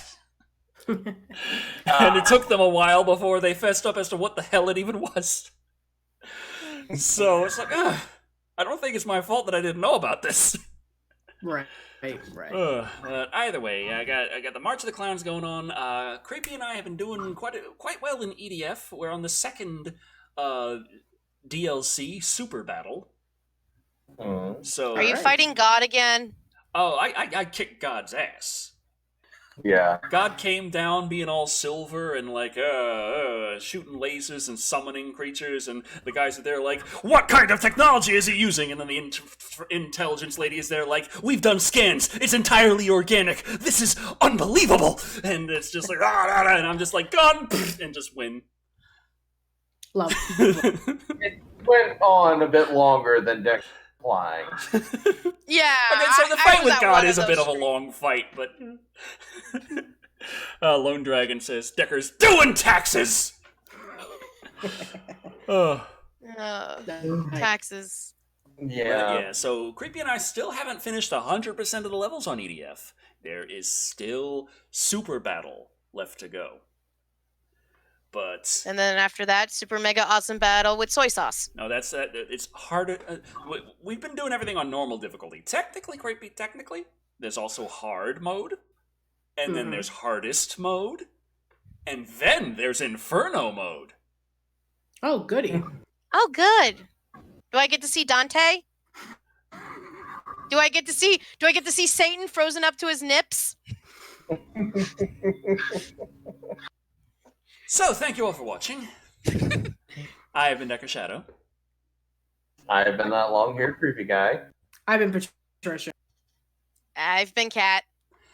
And remember, pay your taxes in installments on time and get the number exactly right, you peasant. Good night, everybody. Good night.